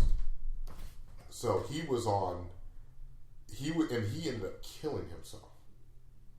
Suicide? Yes. Did he do the ultimate suicide? What is it? The murder suicide. No, dude, that's gangster. Yeah. And I met him. Yeah. He when he first got hired on, he came to my store, and he was such a nice guy. Mm-hmm. I mean, he was a real big guy, but just nice. You liked him, right? And then when my dad died, I was down here, flew back up there. When I flew into town, I had one of my dudes from work pick me up, and he was like, "Yeah, man, that dude up there, Tom, he killed himself." The nice one? Yeah, and I was like, "What?" Uh-huh. And I'm coming from my dad's funeral and all that, and I'm just like, "Oh, this is weird. This is so." In the air. Yeah, it felt like something was in the air, and it was like he had embezzled like $10,000, and I think it was more. They just were still fighting. They felt like it was more that they just hadn't found yet. Yeah. And I remember at the time what he was actually doing, and I was just like, whew. But he really had a problem. Mm-hmm. But to kill himself, that's when it gets real. That's a really weird suicide. That's because I don't know, suicide's hilarious to me. It has to be. Right. We talked about the serious side of it earlier, and the meds work too, but the jokes are hilarious. But like, that's a really strange one, because a lot of suicides, you're like, I've heard all the reactions and it doesn't offend me at all now. That selfish asshole, he killed himself. That doesn't bother me when people say that, because it makes sense from the outside looking in. Mm-hmm. But this one's weird, because it's like, you dick. You couldn't handle the consequences of your own actions. Like, this is literally from A to B. There is a problem. Right. And then there is bad behavior. Mm-hmm. And then, as soon as you get caught, you just kill yourself? Come on, dude. Yeah, that was his out. Do the transition. Yeah, he got out. He escaped. That is the wuss's suicide. Suicides are not cowardly acts, but this one was. Yeah, but what's interesting is I'm wondering, because for him to do all that, he didn't start there. No. So I'm wondering, why now? Why did you kill yourself this time around? Because I'm sure he lived like that before. Uh-huh. Else he wouldn't know how to do it. Right. He had tried. This is a fucking savant. Yeah. And so that was interesting. And then he left his kids and his family. Now, here's the thing. Say if he had life insurance. Does it have, do they cover it with suicide? Suicide is covered with life insurance because it's a peril. So it's a legitimate peril. If they can prove that you were talking to somebody, or they find some kind of communication where they're like, okay, if I kill myself, then you get that's a conspiracy. Mm-hmm. But if somebody legit kills themselves, that pays out 100% of the principal. If he would have stayed alive, he would have gone to jail. His family would have been in a space.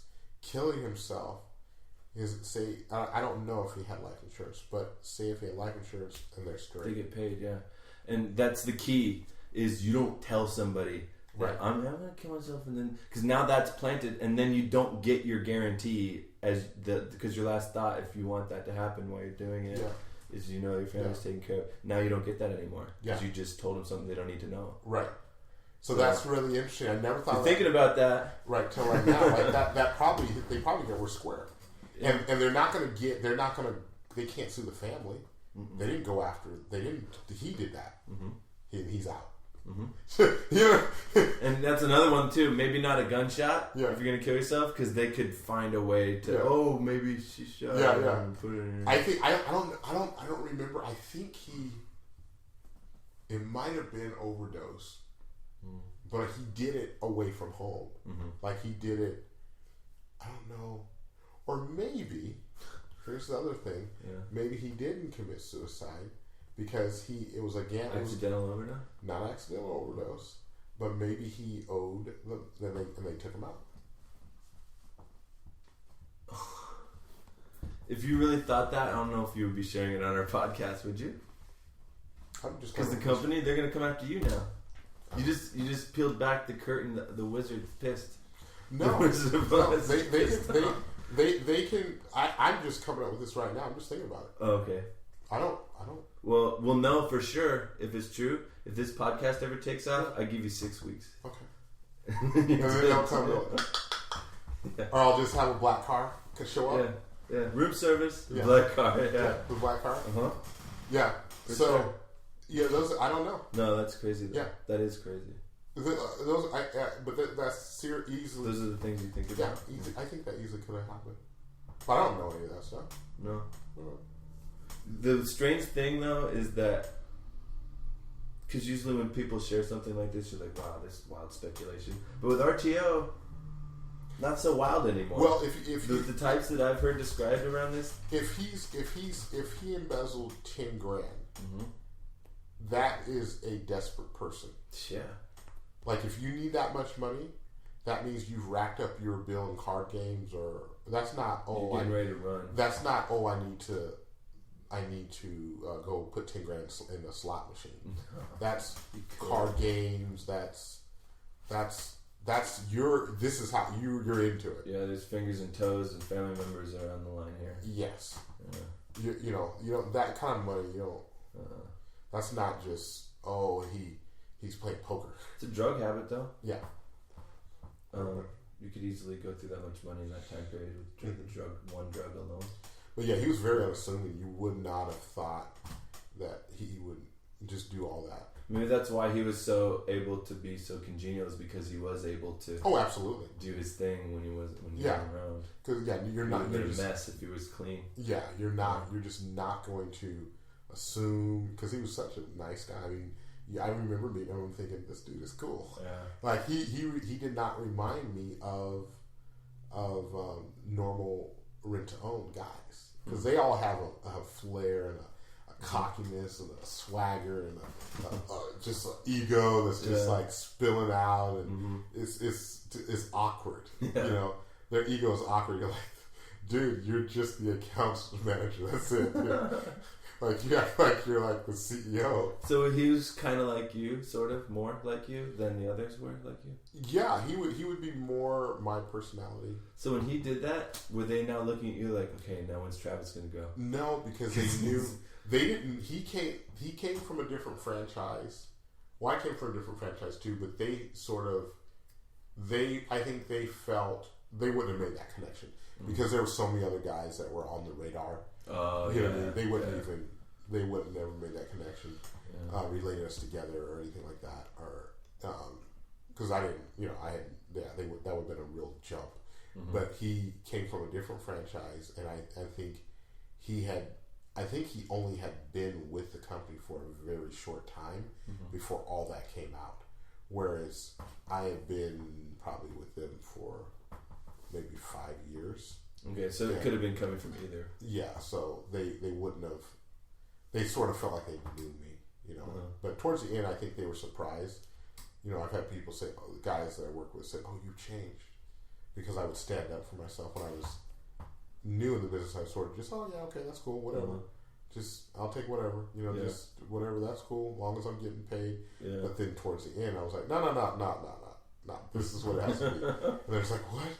Well, that's like, have you seen Office Space? Yes. That's the same thing, right? Yeah. Like when he goes in to talk to the Bobs, he's like, let me tell you something, Bob, about shareholders. Like, they cut this out, and he just goes through all the abuses that everybody suffers at the office. And he's like, just so Lumberg stock can increase by 0.25%. Yes. And you tell me, Bob, does that make sense?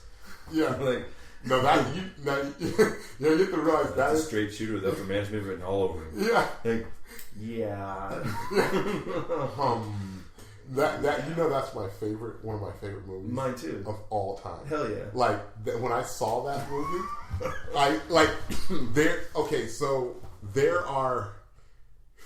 I'm gonna stick that in the water. No, that movie, you have to understand, I love that movie. Fuck yeah. Like, that has been my... Oh, dude. I'm trying to think of... I like Mr. Holland's Opus. That's like my more emotional Jimmy Stewart. Music side, yeah. That's that. But it, like, movie when you... My favorite... Office Space. Yeah, dude. Somebody has a case of the Mondays. That